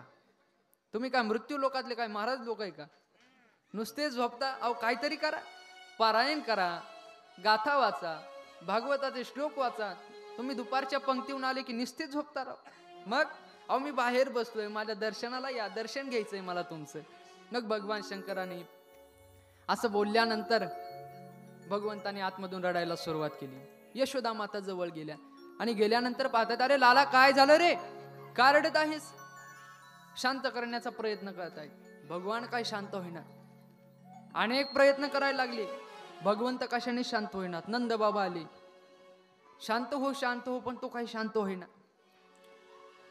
शांत तर करायचे, काय करायला पाहिजे? जास्तच रडायला लागला. रडते माझे बाळताने, समजावे तारायना. रडते माझे बाळताने, समजावे तारायना. रडते माझे बाळताने, समजावे तारायना. रडते माझे बाळताने, समजावे तारायना. नाना परी समजावी ते, मागिला ते खाया देते. नाना परी समजावी ते, मागिला ते खाया देते. थापटोनी निजविते, थापटोनी निजविते, हळविते पाळणा. रडते माझे बाळताने, समजावी तारायना. रडते माझे बाळताने, समजावी तारायना. नाना परी करीतो छंदो, नाना परी करीतो छंदो रडत से स्पंदो स्पंदो रडत से स्पंदो स्पंदो नेत्रा वाटे वाहते बिंदो नेत्रा वाटे वाहते बिंदो त्याचा डोळा लागेना रडते माझे बाळ ताने समजावे तारायणा रडते माझे बाळ ताने समजावे तारा समजावे तारायणा. सगळेजण शांत करण्याकरता प्रयत्न करायला लागले, पण ती जास्तच रडायला लागली. सगळेजण यायचे, त्याला शांत हो म्हणायचे, पण जेवढे येतील जेवढे जण बोलतील त्याच्यापेक्षा जास्त वेगानं रडायचं. काय करावं? नंद बाबा म्हटले, अगं तो जोगी आलाय ना बाहेर, त्याच्याकडे दे. साधू महात्मा आहे त्याच्याकडे दे, शांत होईल. अहो पण त्याचं स्वरूप पहा, आपला लाला घाबरेल त्याला. नाही नाही दे, त्याच्याशिवाय तो शांत होणार नाही. मग भगवंताला हातामध्ये घेतलं यशोदा मातेने आणि बाहेर आल्या. बाहेर आल्यानंतर त्यांना सांगितलं, हे बघा तुमच्याकडे देते, 1 मिनिटात त्यांचं मुख पाहायचं आणि माझ्याकडे द्यायचं. हा म्हणे द्या. भगवंताला त्यांच्या हातामध्ये दिलं. दिल्याबरोबर भगवंत शांत झाले. यशोदा माता विचार करायला लागल्या, काय लालाय, मी माखन आणते, हे आणते, ते आणते, शांत हो म्हणते तरी शांत होय ना. या महात्म्याच्या हातात दिलं, साधूच्या हातात दिलं, लगेच शांत झालं. भगवान शंकर भगवान श्रीकृष्णाकडे पाहायला लागले आणि भगवान श्रीकृष्ण भगवान शंकराकडे पाहायला लागले. काय ती भेट असेल, आपण विचार केला तरी आपल्याला आनंद होतो. त्यांना किती आनंद झाला असेल. एकमेकांकडे पाहत होते. एकमेकांकडे पाहत असताना भगवान श्रीकृष्ण हसायला लागले आणि भगवान शंकर रडायला लागले. भगवान शंकर रडायला लागले त्याचं कारण होतं, भगवान शंकर म्हणायचे, दोन्ही जन्मामध्ये मला यांचं दर्शन झालं, काय माझं भाग्य आहे. भगवान शंकर रडायला लागले आणि भगवान श्रीकृष्ण हसायला लागले. ते म्हणायचे, काय हा महात्मा आहे, दोन्ही जन्मामध्ये दर्शनाचा चान्स सोडला नाही. म्हणून भगवान कृष्ण हसायला लागले. यशोदा माता म्हटल्या, बस झालं, द्या इकडं.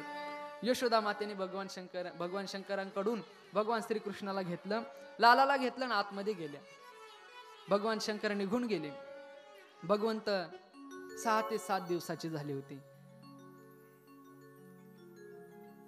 कंसाला कळालेलं होतं आपला असणारा वैरी हा जन्माला आला. आपण पुतना पाठवली, पुतना तर काय परत आली नाही, त्याला तर मारायचं आहे. भगवंत जीवनात आले हे कशावरून ओळखायचं? काही लक्षणं आहेत भगवंत जीवनात आलेल्याची. काय? आपल्या जीवनामध्ये भगवान आले याचं पहिलं लक्षण, तो जो मनुष्य आहे त्या मनुष्यामध्ये प्रधानता जास्त येते. म्हणजे संग्रह करण्याची जी वृत्ती आहे ती वृत्ती त्याच्याकडे जास्त राहत नाही. प्रदान जास्त करतो माणूस. जो असणारा भगवंताचा ज्याच्या जीवनामध्ये प्रवेश आहे तो मनुष्य पहा, साधं रिक्षाने जरी गेला आणि रिक्षाने गेल्यानंतर काय 20 रुपये झाले असतील, त्याच्याकडे सुट्टी नसतील, त्याने 50 रुपये दिले असतील आणि तो रिक्षावाला म्हटला माझ्याकडे सुट्टी नाही, तो मनुष्य म्हणतो राहू द्या, निघून जातो. भगवंताने आपल्या जीवनात प्रवेश केल्याचे लक्षण आहे. माणूस प्रदानता करायला जास्त संचय करत बसत नाही. आता मी सांगितलं म्हणून उद्यापासून रिक्षावाले पकडू नका, नाहीतर लगेच रिक्षावाला इकडे 100 रुपये धर, भगवंत माझ्या जीवनात आले, असं नाही. ते सहज असतं, नॅचरल ज्याला म्हटलं जातं. सहज त्याच्या जीवनामध्ये हा स्वभाव पाहायला मिळतो, प्रधानता त्याच्या जीवनात येते. हा जो मनुष्य आहे ज्याच्या असणाऱ्या जीवनामध्ये भगवंताचा प्रवेश आहे, त्याचं दुसरं लक्षण आहे, हा संसारामध्ये सेवा करेल म्हणून सांगता येत नाही, पण परमार्थामध्ये हा 100% सेवा करतो. परमार्थामध्ये आल्यानंतर किती मोठा मनुष्य असू द्या, ज्याच्या जीवनात भगवंताचा प्रवेश आहे ना, तो पंतरवाळी उचलायला सुद्धा मागं पुढं पाहत नाही. कपडे किती छान असू द्या, पंतरवाळी उचलताना थोडे डाग अंगावर लागतील त्याची पर्वा नाही, पण सेवाभाव, भगवंताचा आपल्या जीवनात प्रवेश आहे हे लक्षण आहे. कितीतरी माणसं आपण पाहतो फार मोठी आहेत, ते इकडे आले नाही तरी त्यांना काही वाकडं नाही त्यांचं, पण भगवंताचा त्यांच्या जीवनामध्ये एक प्रवेश असतो. ते सेवा करण्याची त्यांची वृत्ती झालेली असते, भगवंताचा त्यांच्या जीवनामध्ये प्रवेश असतो. हा जो व्यक्ती आहे ज्याचा भगवंत ज्याच्या जीवनात आहे, तो मनुष्य किती गर्दीत असू द्या तो प्रसन्न असतो. एखाद्या रेल्वेमध्ये जात असू द्या, जात असताना त्याला बाकीचं काही नाही, तो त्याच्या ध्यानामध्ये असतो. काही काही महात्म्यांचं आपण पाहतो, कितीही समाजामध्ये असले तरी सुद्धा त्यांची माळ कायम चालू असते. आमचे सद्गुरू श्री शेखर महाराज, आपण गेल्यानंतर तिथं पाहायचं, 1 मिनिटाचा जरी वेळ भेटला त्यांना, लगेच त्यांची माळ चालू होते. समाजामध्ये किती असले तरी सुद्धा माळ कायम चालू असते. महात्म्याचं हे लक्षण आहे. आणि आपला भगवंताचा आपल्या जीवनात प्रवेश हे लक्षण काय? आपल्या हातात माळ नसेल पण आपलं मन एकाग्र होईल. कुठेही गेल्यानंतर आपलं मन जे चंचल असतं, ते मन जर एकाग्र व्हायला लागलं, एक रूप व्हायला लागलं, तर आपण समजायचं भगवंताचा आपल्या जीवनामध्ये प्रवेश आहे. हे काही लक्षण. आणखी एक लक्षण, त्याचा ज्या ज्या माणसाशी संबंध येईल, संबंध आल्यानंतर त्या माणसामध्ये तो देवाला पाहतो, भगवंताला पाहतो. एखादा माणूस रागाने त्याच्याकडे आला, तो विचार करतो, हा आपल्यावर रागवत नाही, मग हे साक्षात नृसिंह भगवान आहेत. त्याला आपण पाहिले ना, साक्षात ते असणारे भगवंत आहेत. रागात आहेत हे भगवंत आहेत. एखादा माणूस आला फार शांत आहे, त्याच्यामध्ये तो पाहतो हे साधारण नाही, मग नाथ महाराजच हे आहे. म्हणजे सर्वत्र पाहण्याकडे जे जे दृष्टी दिसे ते ते हरिरूप, श्री हरिरूप नाही, जे जे दृष्टी दिसे ते ते हरिरूप. सर्वत्र पाहण्यामध्ये भगवंत त्याला पाहतो. ज्ञानोबराय बोलतात ना, जे जे भेटे भूत ते ते मानी जे भगवंत, हा भक्ती योगु निष्ठित जान माझा. जे जे दिसेल त्याच्यामध्ये भगवंताला पाहण्याची याला सवय होते. का? भगवंताचा त्याच्या जीवनामध्ये प्रवेश. आणि हा जो मनुष्य आहे, ज्याच्या जीवनात भगवंताचा प्रवेश, त्याचं शेवटचं लक्षण, याला काही आकार दिसले तर त्या आकारामध्ये हा भगवंताला पाहतो. कशाप्रमाणे? उदाहरणार्थ, याने वर पाहिलं, वरती ढगामध्ये पाहिल्यानंतर याला वेगवेगळ्या आकृत्या दिसल्या, त्याच्यामध्ये हा विचार करतो, या ठिकाणी भगवान बसलेले असतील, या ठिकाणी भगवान बसलेले असतील. म्हणजे जे दिसेल त्याच्यामध्ये भगवंताला पाहण्याची सर्व घटी राम देहा देही एक, सर्व घटी राम देहा देही एक, सर्व घटी राम देहा देही एक, सर्व घटी राम देहा देही एक. सूर्य प्रकाशक सहस्र रश्मी, सूर्य प्रकाशक सहस्र रश्मी, हरि मुखे मना, हरि मुखे मना, हरि मुखे मना, हरि मुखे मना, हरि मुखे मना, हरि मुखे मना, हरि मुखे मना, हरि मुखे मना. भगवंताने आपल्या जीवनात प्रवेश केल्याची लक्षणं. सर्वा घटी राम देहादेही एक, सूर्यप्रकाशक सहस्ररश्मी. भगवंताच्या आपल्या जीवनात प्रवेश केल्याची लक्षणं आहेत. भगवान श्रीकृष्ण हळूहळू मोठे व्हायला लागले. भगवान श्रीकृष्ण 1 वर्षाचे झाले. त्याला मारण्याकरता अनेक प्रयत्न करायचे. भगवान श्रीकृष्ण 1 वर्षाचे झाल्यानंतर माता माऊल्यांना जसं जसं बाळ मोठं होतं तसं तसं त्यांची इच्छा होती. काय? याने मैया म्हणावं, म्हणजे आई म्हणावं, याने बाबा म्हणावं, आजच्या भाषेत याने पप्पा म्हणावं, याने मम्मी म्हणावं, यानं आणखी काय अंकल म्हणावं. या माता माऊल्यांची इच्छा. जसं जसं बाळ मोठं होईल तसं तसं त्याने नाव घ्यावं. याने मामा म्हणावं, याने मामी म्हणावं, आणि त्याच्याकडून वधून घेण्याचा तर प्रयत्न करतात. त्याचप्रमाणे यशोदा माता सुद्धा आपल्या लालाला म्हणायचे, लाला मैया म्हण, मैया मैया मैया. ते काय म्हणत नसायचे. तिकडून नंद बाबा यायचे, बाबा म्हण बाबा बाबा म्हणत नसायचे. बलराम दादा यायचे, भैया भैया भैया, काहीच म्हणायचे नाही. यशोदा माता म्हणायची, बाकी नाही का, मैया मैया म्हण, मैया, लाला लाला मैया बोलो मैया. नुसतं पाहायचं, काहीच म्हणायचं नाही. आणि एवढ्यामध्ये समोरून एक गाय जात होती, आणि गाय जाताना भगवंतानी पाहिली, आणि पाहिल्यानंतर तिथून म्हणायला लागला, गैया गैया गैया गैया. त्या असणाऱ्या यशोदा मातेने ऐकलं. ऐकल्याबरोबर तिला वाटलं गैया नाही, मग हा मैयाच म्हणतो. यशोदा मातेला आनंद झाला. माझा असणारा लाला आता मैया म्हणायला लागला, मैया मैया मैया.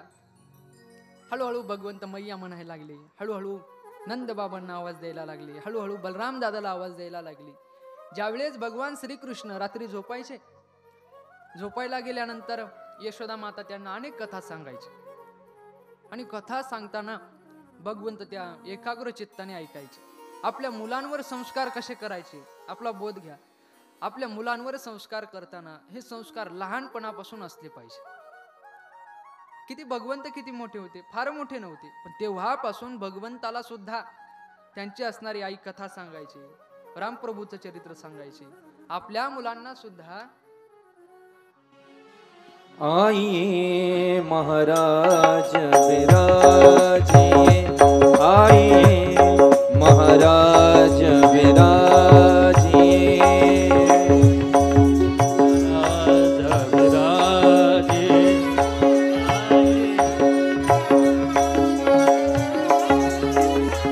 आइए महाराज विराजिए, आइए महाराज विराजिए।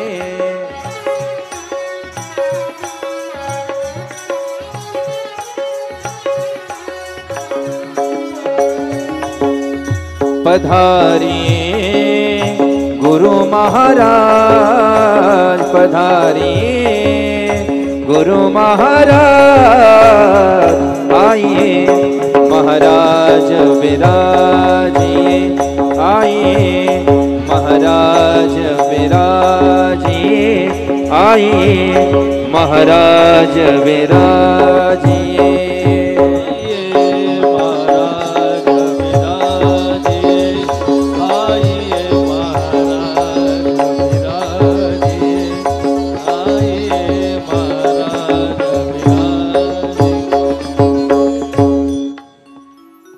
गोपाल कृष्ण भगवान की जय। आता बोलू तरी काय.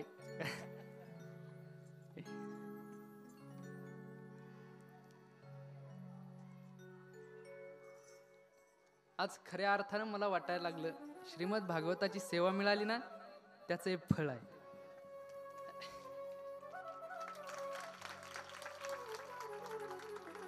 भाग्योदयेन बहुजन्म समर्जितेन सत्संगमेंच लभते पुरुषो यदा वै. अज्ञान हेतु कृत मोहमदांधकार नाशम विधाय हि तदोदयते विवेकः.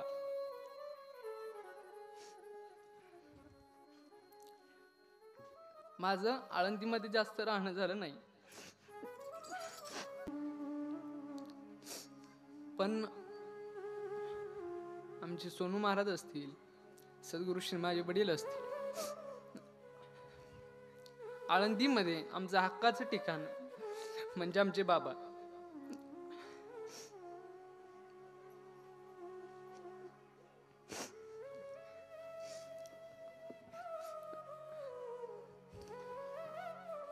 आमचा जास्त परिचय नव्हता आधी, आमच्या सोनू महाराजांमुळे परिचय झाला आणि चातुर्मासामध्ये महाराजांचे म्हणजे आमच्या बाबांचे काही शिष्य, आमचे सर्व मित्रमंडळी आम्ही सोबत,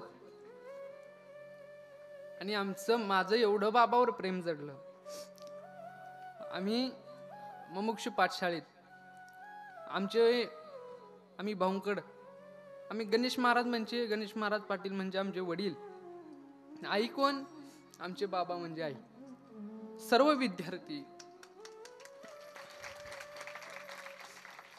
माझं राहणं होत नाही बाबापाशी कधी, पण या विद्यार्थ्यांसोबत राहून बाबाविषयी एक अंतःकरणामधून एक आपुलकी, एक जिव्हाळा, एक प्रेम हे निर्माण झालेलं.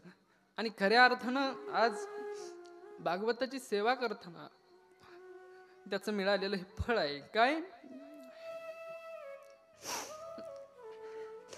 बाबांनी कथेला यावं आणि आल्यानंतर मोठ्या मनानं खाली बसावं, हे बाबांचं मोठेपण आहे. मी माझ्या शब्दाने त्यांचे आभार मानू शकत नाही. खर तर फार धावपळीमधून ते या ठिकाणी आले.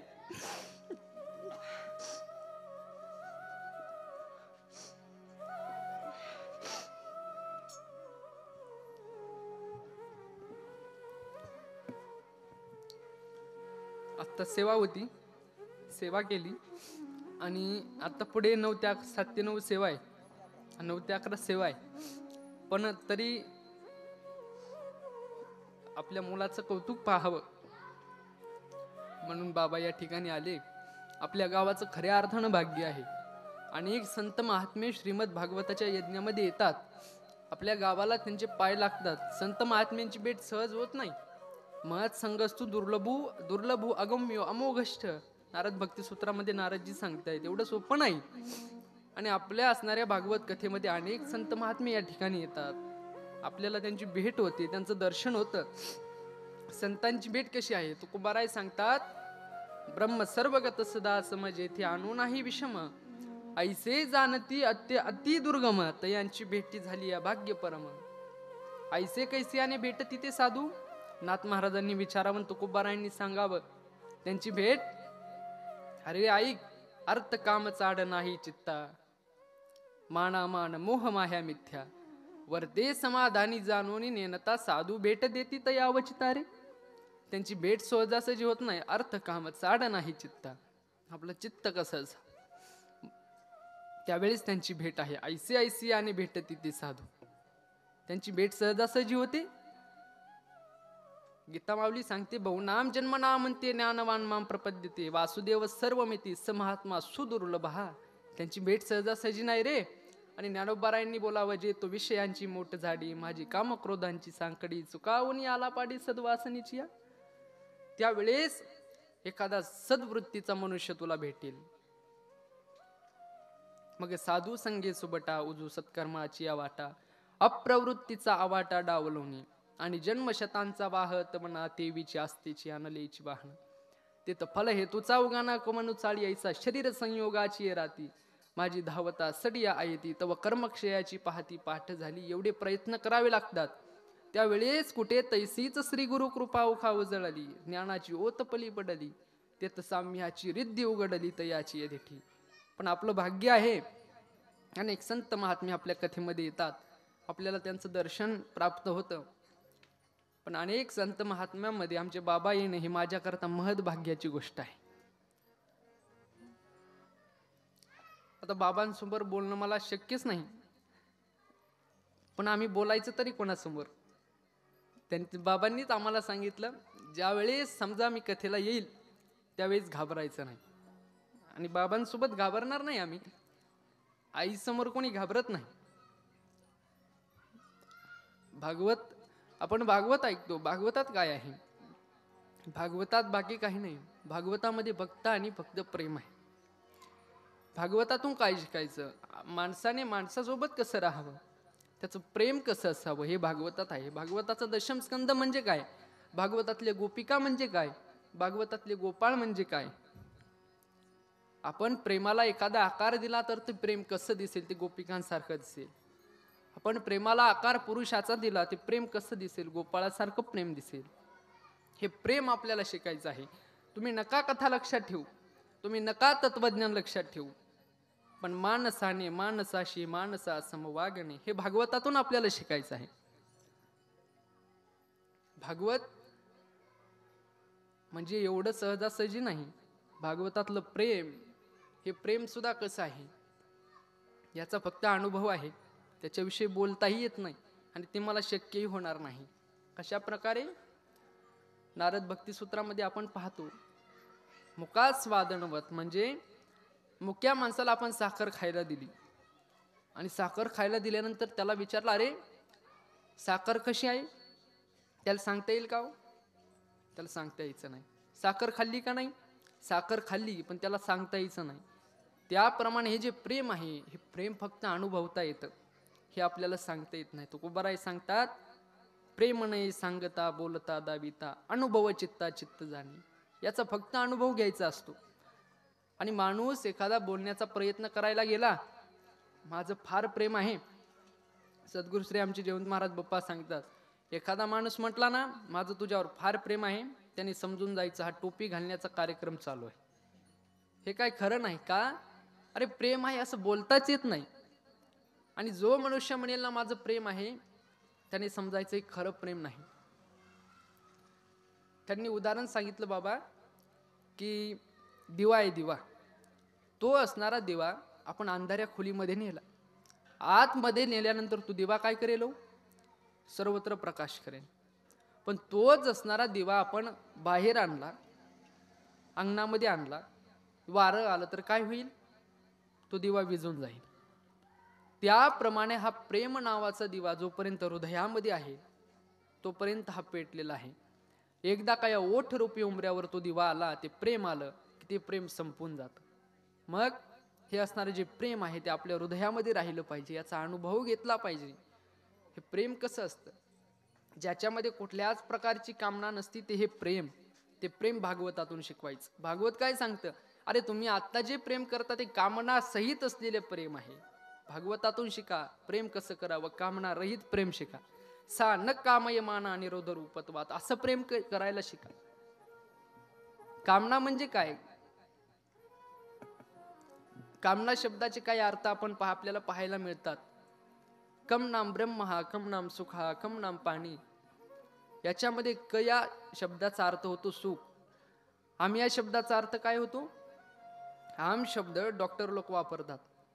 पित्ताक्षय आणि आमाक्षय हे दोन आपल्याला डॉक्टर लोक सांगतात. ज्यावेळेस माणसाला जळजळ होती त्यावेळेस त्यांना सांगतात तुम्हाला पित्ताक्षय आहे, पित्त आहे. आणि ज्यावेळेस एखादा माणूस काही कच्चं खातो, कच्चं खाल्ल्यानंतर जो त्रास होतो ना, त्याला आमाक्षय म्हणतात. आम या शब्दाचा अर्थ होतो कच्चं.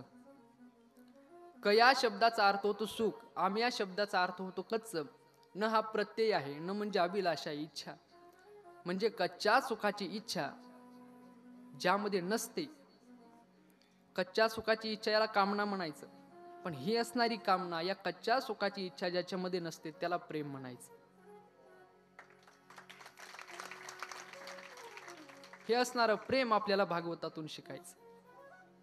पण या असणाऱ्या प्रेमामध्ये सुद्धा माणूस शेवटाला जायलाच एवढं सोपं नाही. हा प्रेम पण तर सोपा आहे? सोपा नाही. कबीरजी सांगतात ना, भला हुआ मेरी मटकी पोटी रे, भला हुआ. कबीरजी सांगतात बरं झालं माझी देह नावाची उपाधी संपली. का? अवा प्रेम पंथ सोपा नाही, फार कठीण आहे. प्रेम पंथ कठीण है, लंबा पेड़ खजूर, चढ़े तो चाखे प्रेम रस, गिरे तो चकना चूर. ते सांगतात हा प्रेम पंथ कसा आहे? प्रेम पंथ कठीण आहे. कशाप्रमाणे? खजुराचं झाड माहिती आपल्याला, ते जसं उंचावर असतं, एखादाच व्यक्ती त्या स्थितीपर्यंत जाऊ शकतो. प्रत्येकाला जाता येत नाही. आणि ज्याला जाता येत नाही तो गिरे तो चकनाचूर. भला हुआ, भला हुआ मेरी मटकी पोटी रे, भला हुआ. कबीरजीने म्हणावं. तुकोबाराय सांगतात हा मार्ग सोपा नाही. ऐसी अवघड वाट कोणा सांगावा बोभाट, कोणा सांगावा बोभाट, कोणा सांगावा बोभाट.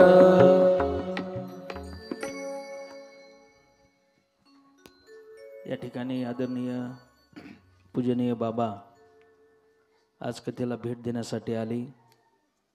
सर्वांच्या वतीने त्यांचे ऋण व्यक्त करतो. बाबांना आता सेवा आहे. घुमरे पिंपरींना गुरुवर्य मदन महाराजांचा पुण्यतिथी सोहळा चालू आहे. पण बाबांना विनंती की थोडासा सन्मान, फक्त 2 मिनटं त्यांचा सन्मान. तात्यांना विनंती करतो की त्यांचा सन्मान करावा आणि 2 शब्द आशीर्वादपर बोला.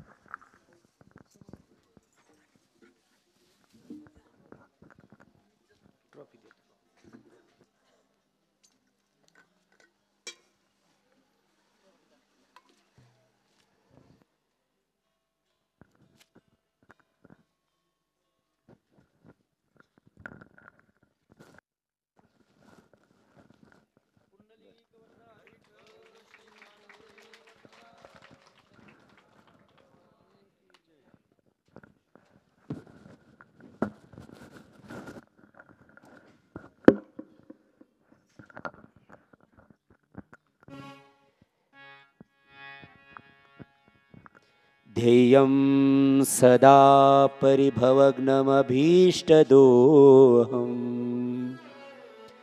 तीर्थास्पदं शिवविरिञ्चिनुतं शरण्यं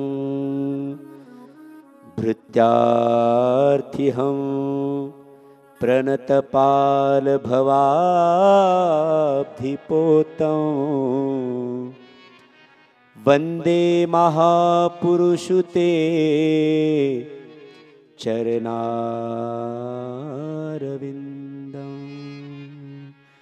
वन्दे महापुरुषुते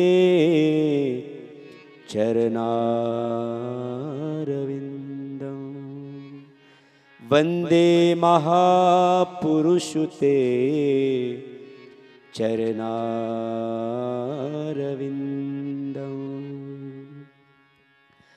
आदरणीय व्यासपीठाला प्रथमतः वंदन करतो। व्यासपीठावरती विराजमान परमहंस लोकांची संहिता श्रीमद भागवत कथा भागवत ग्रंथाला वंदन करतो। प्रत्यक्षम भगवत स्वरूप ज्या ग्रंथाचं स्वरूप मांडलेलं आहे असं श्रीमद भागवत ग्रंथ नोहे हा श्रीकृष्ण गीते वेदी मनपूर्ण अनन्य होता या शरण खचित टळे जन्म मरण। साक्षात भगवंत म्हणजेच भागवत आहे। भगवंतानी सर्व तेज आपलं या भागवत ग्रंथामध्ये सोडलेलं आहे, ठेवलेलं आहे। अशा परमहंसांच्या संहितेला प्रथमतः वंदन करतो आणि व्यासपीठावरती विराजमान कथाकार तोच होऊ शकतो। कथा त्याच व्यक्तीच्या हृदयात प्रगट होऊ शकते ज्याच्याकडे 3 गोष्टी आहेत। माझे प्रातस्मरणीय आदरणीय ब्रह्मीभूत सद्गुरू विठ्ठल बाबा देशमुख हे यांचे वाक्य आहेत। कथा त्याच्याच अंतःकरणामध्ये प्रगट होऊ शकते ज्याच्याकडे 3 गोष्टी आहेत। 1 ज्याच्याकडे सरलता आहे, नंबर 2 ज्याच्याकडे सजलता आहे। ह्या गोष्टी खूप सहज ऐकू नका। या 5च मिनिटामध्ये मला या सर्व गोष्टी तिथे दिसल्या। सरलता, सजलता आणि चौथी गोष्ट म्हणजे नम्रता। नम्रता, नम्र झाला भूता तेने कोंडिले अनंता। अगदी रसपूर्ण कथा ज्याच्यामध्ये सजलता आहे आणि जिथे सजलता है अश्रु और आश्रय यही भगवत कथे का सार है। जिथे आश्रय आहे, दृढाश्रय आणि अश्रू असले पाहिजे। गोपिकांकडे होतं काय, यथा व्रज गोपिका नाम, गोपिकेकडे अश्रू होते आणि आश्रय होता। जाऊ कहाँ तजी शरण तुम्हारे, जाऊ कहाँ तजी शरण तुम्हारे। जो तुम तोड़ो पिया मैं नाही तोड़ो रे, तोरी प्रीत तोड़ू कृष्णा कौन संग जोड़ू रे। प्रभु तुम हमें त्याग सकते हो, हम तुम्हें नहीं त्यागेंगे। म्हणून कायम वाट बघत राहिल्या। मैं आऊंगा एवढा शब्द सांगून गेलेला परमात्मा मैं अवश्य आपको मिलने आऊंगा आलं नाही पुन्हा ते। हेच त्याचं खरं आहे। हा, हेच त्याचं खरं शाश्वत आहे। मैं आऊंगा लेकिन नहीं आया है, कह कर गए थे आऊंगा परसों, है ना, असंच आहे ना पद। कह कर गए थे मैं आऊंगा परसों, कह कर गए थे मैं आऊंगा परसों। जमुना पे बैठे बैठे बीत गए बरसों, जमुना पे बैठे बैठे बीत गए बरसों। कोई उनको जाकर दिल का हाल सुनाए, बैठी रहूं जमुना पे आस लगाए, बैठी रहूं जमुना पे आस लगाए। आश्रय, आश्रय गोपिकाकडे आणि दुसरा म्हणजे अश्रू। आणि हे 2 गोष्टी ज्या वक्त्याच्या अंतःकरणामध्ये परिपूर्ण असतील तोच वक्ता श्रीमद भागवताची कथा करू शकतो। मला खूप आनंद वाटला. मला त्यांनी बोलावलं असं नाही बरं. माझीच एक व्यक्तिगत इच्छा होती की मी कधी यांची माझ्या कर्णपुटामध्ये या भागवत सरितेचे काही शब्द मी श्रवण करू, ही माझीच व्यक्तिगत इच्छा होती. कारण श्रवण भक्ती पहिली आहे आणि मी श्रवण करण्यासाठी आलो. मी काही आशीर्वाद वगैरे द्यायसाठी आलेलो नाही आहे. ते त्यांचं व्यासपीठावरतून मोठेपण आहे. तुमच्या अश्रूने हमे. मला 2 मिनटं असं वाटलं की मी आलो कशाला आता. कारण एक तर एवढी भगवत कथेची ही सरिता प्रवाहित होत होते आणि माझ्या येण्याने त्या सरितेला कुठेतरी बाध आला. असा एक अपराधी भाव होता. पण शेवटी विचार केला, कंठी प्रेम दाटे नैनी नीर लोटे हृदय प्रगटे रामरूप. ही जेव्हा स्थिती प्रगट झाली का, तेव्हा ईश्वर दुसरा कोणी नसतो. हेच विश्वर तत्व असतं.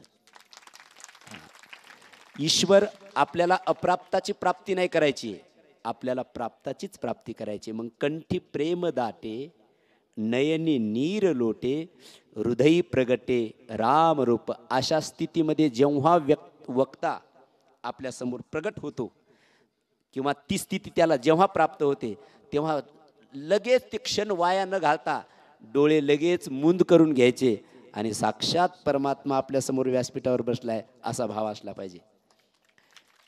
मी इथे येऊन परमात्म्याचं दर्शन केलं, एवढाच माझा भाव आहे. याच्यापेक्षा अधिक काही नाही. मला सोनू महाराजांनी ईश्वर दर्शन घडवलं त्याबद्दल तुम्हाला कुठे गेले ते हां, यांचं नाव सोनू आहे आणि यांचा माझ्यावर पूर्ण भरोसा आहे. नाही कळालं तुम्हाला? हा, यांचा माझ्यावर पूर्ण भरोसा. आता मी थोडा लाईट मोड करून जातो कारण त्यांना पण त्याच्यातून त्या अवस्थेतून बाहेर येणं कठीण झालेलं आहे आणि कथा करण्यासाठी वक्त्याला सावरावं लागत असते स्वतःला. म्हणून आमच्या सोनू महाराजांनी इथे मला आणलं, येता आलं. आता घुमरे पिंपरीवारी काही का म्हणणं, पण मी त्यांना सांगेल मी साक्षात ईश्वराचं दर्शन करून आलो, तुम्ही पण माझ्या पाया पडा. हा, म्हणून अगदी वक्ता हा भगवत स्वरूप असतो. नमोस्तुते व्यास विशाल बुद्धे. हा व्यासपीठ आहे आणि त्या व्यासपीठावरती आदरणीय महाराजजी उपस्थित आहेत. सुंदर कथा ज्याच्यात सजलता आहे आणि आश्रय आहे. मी आशीर्वाद काय देऊ, परंतु ज्ञानोबरायाकडे एवढीच प्रार्थना करेल, हा प्रवाह कथेचा, ही कथा प्रवाह सरिता महाराष्ट्रभर या कथेच्या सरितेने प्रवाहित करून आदरणीय महाराजींचे याच्या पाठीमागे पुण्य आहे. हा, नती मफत मा मिळता दाना खाक में मिलकर गुले गुलजार होता है. कुणाचं तरी पाठीमागे बळ लागतं. हा, मग शिष्याच्या पाठीमागे त्याच्या आईवडिलांचं बळ आपल्या मुलाच्या पाठीमागे असतं, तसंच गुरुचं बळ आपल्या शिष्याच्या पाठीमागे असतं. महाराजांची जी अप्रसिद्ध युक्त साधना जी झाली, ती साधना ही कथा प्रवाह सरिता प्रवाहित करत आहे. मी अधिक न बोलता एवढंच म्हणेल की मी पण इथे येऊन धन्य झालो. कारण थोडकं बोलल्यानंतर लगेच कळतं. तुम्ही तर 5-7 मिनटंच कथा ऐकली. सुगरणबाईला लय भाताची शीत चापलावं लागत नाही, पण ती सुगरण असेल तर तिला एक भाताच्या शीत पाहिला की ती लगेच म्हणते भात अख्खा का तुमच्या इकडे अख्खं भाताचं हेच करतात असं नाही ना करत असं. मग एक भाताचा शीत पाहिला की लगेच भात शिद्रा कळतं ना, तसं मला 2-3 शब्दामध्ये कळालं. आहा, अद्भुत सरिता आहे, अद्भुत कथेचा प्रवाह आहे. मी अधिक वेळ न करता व्यासपीठाला वंदन करतो. आदरणीय महाराजजींना वंदन. एक दुहा आठवला त्यांच्याकडे पाहून मला खाली बसल्यानंतर. कबीरा हसना छोड़ दे, कबीरा हसना छोड़ दे, अब रोने से कर प्रीत, बिन रोए कित पाइए, प्रेम पियारे मीत, प्रेम पियारे मीत, प्रेम पियारे मीत. धन्यवाद. जय सियाराम. धन्यवाद बाबा. आज या ठिकाणी तुम्ही आले म्हणजे साक्षात ज्ञानोबारायचं दर्शन आम्हाला या ठिकाणी सगळ्यांना प्राप्त झालं. कालचं पोरग गरगाल काय कळते, ज्या वेळेस भगवान श्रीकृष्णांनी हे ऐकलं ते म्हणायला लागले, जोपर्यंत माझं सांगत होता वाईट मला काही वाटलं नाही. माझ्या भक्ताला नाव ठेवले ना, त्या ठिकाणी असणाऱ्या जेवढ्या निर्जीव वस्तू होत्या त्या सर्व निर्जीव वस्तूला सांगितलं. पोलपाट होतं, पोलपाटाला सांगितलं उठ, त्याच्या मागं लागायचं. बेलणं होतं, बेलणं ती उठायचं. अजून काय निर्जीव वस्तू, खाट असली की खाट जायची, चमचे, पाट, वराटा, जे असेल त्या सगळ्या असणाऱ्या गोष्टी जायच्या आणि त्या ब्राह्मणाला लागायच्या. तो पळायला लागला, त्याच्यामध्ये अशी बाज होती. ती बाजेने विचारलं मी जाऊ का? त्यावेळेस भगवंताने सांगितलं असं विचारायचं नसतं, गपचिप जायचं आणि गोळ्या घालायच्या, मी काही कळू देत नाही, तू जा. ती असणारी बाज गेली बाहेरून अशी आडवीला उभी राहिली. बाज अशी आडवी झाली, हा पळायला लागला. वरवंटा पाठ सगळं याच्या मागं लागलंय. पळता पळता याने ती बाज आडवी पाहिली, त्या बाजीमध्ये उडी मारली. उडी मारल्यानंतर त्याचं धोतर फाटलं, त्याचं जे पंचांग तुटलं, सगळं काही गळून गेलं. आणि धावत धावत कंसाकडे गेला आणि कंसाला सांगितलं, कंसा अरे मी ब्राह्मण म्हणून गेलो म्हणून तरी परत आलो. हे गिराईक फार अवघड आहे, याच्या नादाला लागू नको. उगा मी ब्राह्मण म्हणून गेलो, माझा आदर म्हणून त्याने मला जिवंत सोडलं, त्याचा नाद सोड. पण कंस काय ऐकायला तयार नाही. कंस अनेक दैत्य पाठवतोय. कंसाने महाबळ पाठवला, शक्तासूर पाठवला, तृणावर्त पाठवला. भगवंताला 1 वर्ष झालं होतं. मधले माणसं थोडं थोडं बाजूला सारखा, रस्ता रस्ता करा. अनेक असणारे राक्षस मारले. नामकरण करायचंय. नामकरण कुठं करायचं? आपल्याला फार मोठं नामकरण नाही करायचं, गोठ्यामध्ये नामकरण करायचं ठरलं. आणि गर्गाचार्यांनी मोठ्या असणाऱ्या मुलाचं नाव, त्याच्याकडे बल फार होतं म्हणून बल आणि राम अशी 2 नाव ठेवली. तेच पुढे येऊन एक झाले बलराम. बोलिये बलराम भैया की जय. आणि या दुसऱ्या मुलाचं नाव काय ठेवायचं? कृष्णवर्णी होता, मग याचं नाव कृष्ण ठेवलं. भगवान श्रीकृष्ण कन्हैया लाल की जय. श्रीकृष्ण नाव ठेवण्यात आलं. आणि नाव ठेवण्यात आलं, हळूहळू असणारे दोघेही मोठे व्हायला लागले. अनेक खोड्या करायच्यात, अनेक असणाऱ्या चोऱ्या करायच्यात. मग चोऱ्या करण्याकरता काय केलं पाहिजे? आपलं एक मंडळ स्थापन केलं पाहिजे. अनेक असणारे त्यांचे मित्र होते, त्या मित्रांना बोलावलं. मधुमंगल होता, पेंद्या होता, सुदामा होता, मनसुख होता. त्या सगळ्या मुलांना, त्यांच्या मित्रांना बोलावलं. आणि बोलवल्यानंतर त्यांना विचारलं, अरे तुमचं शरीर पाहिलं तर उगाच श्रीहरी महाराजांसारखे वाळून गेले. मग अहो जरा तब्येती पाहिजे, तब्येतीशिवाय महाराज शोभत नाहीत. मग काय करायचं? तुम्ही खात का नाही? तुम्हाला घरी खायला मिळत नाही का? अहो तसं नाही, आमच्या घरी भरपूर खायला आहे. मग पण ते जेवढं काही खायला तयार केलं जातं, ते माखण ते सगळं कुठं जातं? त्या कंसाकडे जातं. आम्हाला काय राहतं? ताक खायला राहतं. त्या ताकामुळे आम्ही असे आहोत. असं आपलंच ते राक्षसाला खायला जातं. आपण सर्व तयार करतो, राक्षसाला जातो, त्यांची शक्ती वाढते, आपली शक्ती वाढली पाहिजे, मग आपण खाल्लं पाहिजे. खाण्याकरता काय करावं देवा? आम्हाला तर खायला भेटत नाही. तू म्हणजे मोठ्याचा मुलगा, तुला खायला मिळेल, आम्हाला नाही खायला मिळायचं. त्यावेळेस त्यांनी सांगितलं आपण चोऱ्या करू. चोऱ्या करायच्या? हो म्हणे चोऱ्या करायच्या. अहो देवा हे चोऱ्या हे असला आम्हाला नाही जमायचं देवा. चोऱ्या करायच्या मी शिकवतो ना तुम्हाला चोऱ्या करायच्या. बर कशा करायच्या चोऱ्या? त्यावेळेस सुरुवातीला जेवढे काही पोरं होते त्यांना नाव विचारले. सगळ्यांनी नाव सांगितले. त्यांना सांगितले तुम्हाला चोऱ्याचे नियम सांगतो. इथं लहान पोरं बसलेत नाही. अय पोराव, तुम्ही आपल्याला चोऱ्या करायच्यात. काय काय करायच्या? मोठ्याने सांगा काय करायच्या? भूक लागली काय? आपल्याला काय करायच्या? मोठ्याने काय करायच्या? चोऱ्या करायच्या. हा, आपल्याला चोऱ्या करायच्या. चोरी करण्याचे काही नियम आहेत. आता मी तुम्हाला नियम सांगेल. मी गोपाळांनो म्हटलं की तुम्ही हो म्हणायचं. आलं लक्षात? गोपाळांनो, काय शेळीच्या मागे चालले काय? मोठ्याने म्हणा गोपाळांनो. अजून आवाज पाहिजे. गोपाळांनो, अजून मोठ्याने गोपाळांनो. हा, शेवटपर्यंत ही बॅटरी आपली राहिली पाहिजे. गोपाळांनो, आपल्या चोरीचा पहिला नियम, चोरीला जाताना पांढरे कपडे घालायचे नाही. चोरीला जाताना काळे कपडे घालायचे. पांढरे कपडे घालून चोरी करणं फार अवघड आहे. पांढरे कपडे घालायचे नाही. आलं लक्षात? मोठ्याने म्हणायचं गोपाळांनो, चोरीचा पहिला नियम लक्षात आला? गोपाळांनो, तुम्ही पटपट म्हणा, नाहीतर जेवायला भेटत नाही आपल्याला. गोपाळांनो, चोरीचा पहिला नियम लक्षात आला? चोरीचा दुसरा नियम, चोरीला जाताना ज्या घरामध्ये माल आहे त्याच घरात जायचं. आलं लक्षात? मोठ्याने आलं लक्षात? हा, आता कशी पोरं आले पा. चोर चोर.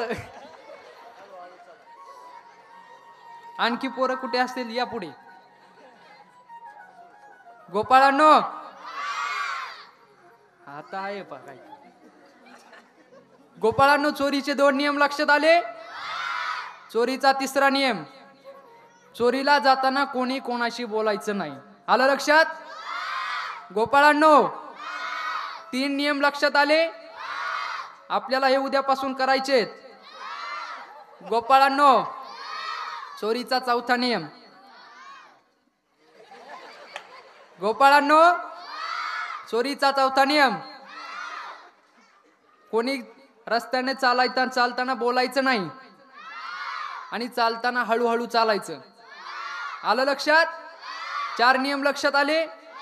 उद्यापासून टाकळे गावामध्ये आपण चोरी करायची.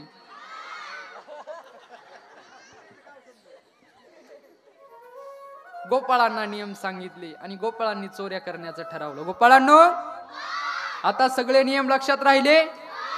असेच लक्षात ठेवायचे आणि उद्यापासून टाकळी गावामध्ये आपण चोऱ्या करायच्या.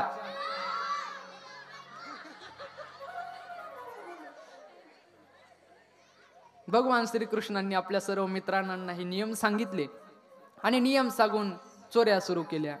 अनेक असणाऱ्या गोपिकांच्या घरी जायचं, चोऱ्या करायच्या. चोरी करताना अनेक असणाऱ्या गोपिकांनी यशोदा मातेकडे जायचं, यशोदा मातेला गाऱ्हाणे करायचे. यशोदा मातेने म्हणायचं, माझा असणारा लाला एवढूसा लाला माझ्या घरात खायला कमी का? एवढं खायला असताना तुमच्या घरी कशाला चोऱ्या करायली? तुम्ही काही सांगता तो चोऱ्या करणार नाही. पण गवळण यायच्या, हा आमच्याकडे येतो, चोरी करतो. एक गवळण म्हणते, याला मी पकडूनच दाखवते. कसं पकडून दाखवते? तिनं मीटिंग भरवली, बचत गटाची मीटिंग भरवली. ही अध्यक्ष झाली. तिनं सांगितलं, आता हा चोरी करतो ना, त्याला मी पकडवते. भगवान श्रीकृष्णाला तिनं सांगितलं, माझ्या घरी चोरी करून दाखव. भगवान श्रीकृष्ण म्हणले, आज रात्री तुमच्या घरी चोरी करायची. त्यावेळेस तिनं घरी चोरी करण्याकरता आपण या ठिकाणी जसं बांधलंय ना, ते असणारं माखण असं वरती बांधलं. आणि माखण वरती बांधल्यानंतर भगवान श्रीकृष्ण हे म्हटले, आपल्याला आज जायचं नाही, हे आज सावधान आहे, मग उद्या दुपारी जायचं. पण ती सुद्धा अध्यक्ष होती बचत गटाची, तिला माहित होतं. तिनं काय केलं, रात्रभर तर जागीच राहिली, पण दुसऱ्या दिवशी सुद्धा म्हटले, आपल्याला कुठंच जायचं नाही, इथंच थांबायचं. आणि बाहेर सगळं काही लावून घेतलं, दार लावलं, कुलूप लावलं आणि बाहेर येऊन बसले. बाहेर बसल्यानंतर भगवान आणि त्यांचे सर्व मित्र चोरी करण्याकरता तिथे आले. अरे चोरी करायची तर दारावर बसली, आत गेलं पाहिजे, आत कसं जायचं? भगवान श्रीकृष्णांनी सगळ्या गोपाळांना सांगितलं, गोपाळांनो, घ्या डोळे झाकून. डोळे झाकायचे देवा, का डोळे? डोळे झाका, आपल्याला माखण खायचंय ना, डोळे झाका. सगळ्यांनी डोळे झाकले. डोळे झाकले आणि डोळे झाकल्याबरोबर ते सगळेजण आत गेले. भगवंतांनी सांगितलं, उघडा डोळे. डोळे उघडीले, पाहिलं तरी आतमध्ये. देवा, आत कसे आलो? तुम्हाला काय करायचं खाऊन घ्या. मग त्यांनी असणारे एकावर एक असे उभे राहिले. भगवान श्रीकृष्ण सगळ्यात वर गेले आणि वर घेऊन ते असणारं मडकं फोडलं. फोडल्याबरोबर त्याच्यामधलं असणारं जे माखण आहे ते खाल्लं. आणि माखण खाली देताना कसे द्यायचे? भगवान श्रीकृष्णाने घ्यायचं, आधी स्वतः खायचं. खाल्ल्यानंतर हातात जेवढं राहील ते खालच्याला द्यायचं. खालच्याने ते घ्यायचं, जेवढं जमन ते खायचं, खाली द्यायचं. त्याने जेवढं जमन तेवढं खायचं, खाली द्यायचं. असे सगळेजण खायचे. आणि खाताना त्यांचं सगळे कपडे भरून जायचे, सगळा अवतार व्हायचा. खात असताना भगवंताचं पोट भरलं. मग पोट भरल्यानंतर आता या गवळणीने या गोपीनी तर फार सावधान होती. काय करायचं, तिचं जेवढं माखण होतं सगळं संपवायचं भगवंताने ठरवलं. पण आपलं पोट भरलं, मग काय करायचं, तिची खिडकी उघडवली आणि खिडकी उघडून बाहेर जेवढे माकडं होते त्या माकडांना सांगितलं इकडे. माकडांना बोलवलं आणि माकडांना ते माखण खायला दिलं. माकडांनी माखण खाल्लं. माकडांनी माखण खाल्ल्यानंतर अजूनही माखण उरल्यानंतर त्याचं काय करायचंय, मग जेवढे मडके होते ते आपटिले, फोडले आणि आता निघून जायचं. पण ते फोडल्यानंतर त्याचा आवाज झाला. ती गोपी आतमध्ये आली. आतमध्ये पाहिलं हे सगळे गोपाळ पकडतेच म्हणणे, तुम्हाला पकडते म्हणल्यानंतर बाकीचे जेवढे गोपाळ होते ते पळून गेले. भगवान श्रीकृष्ण काय पळायना, ते आतमध्येच. भगवान श्रीकृष्णाला तिने धरलं. लाला आज पकडलं का नाही तुला, चल आता तू यशोदा माता, तुला आज मी बरोबर पकडलं, चल. धरलं भगवंताला आणि भगवंताला घेऊन यशोदा मातेकडे जाऊ लागली. यशोदा मातेकडे जात असताना भगवंताने अशी लीला केली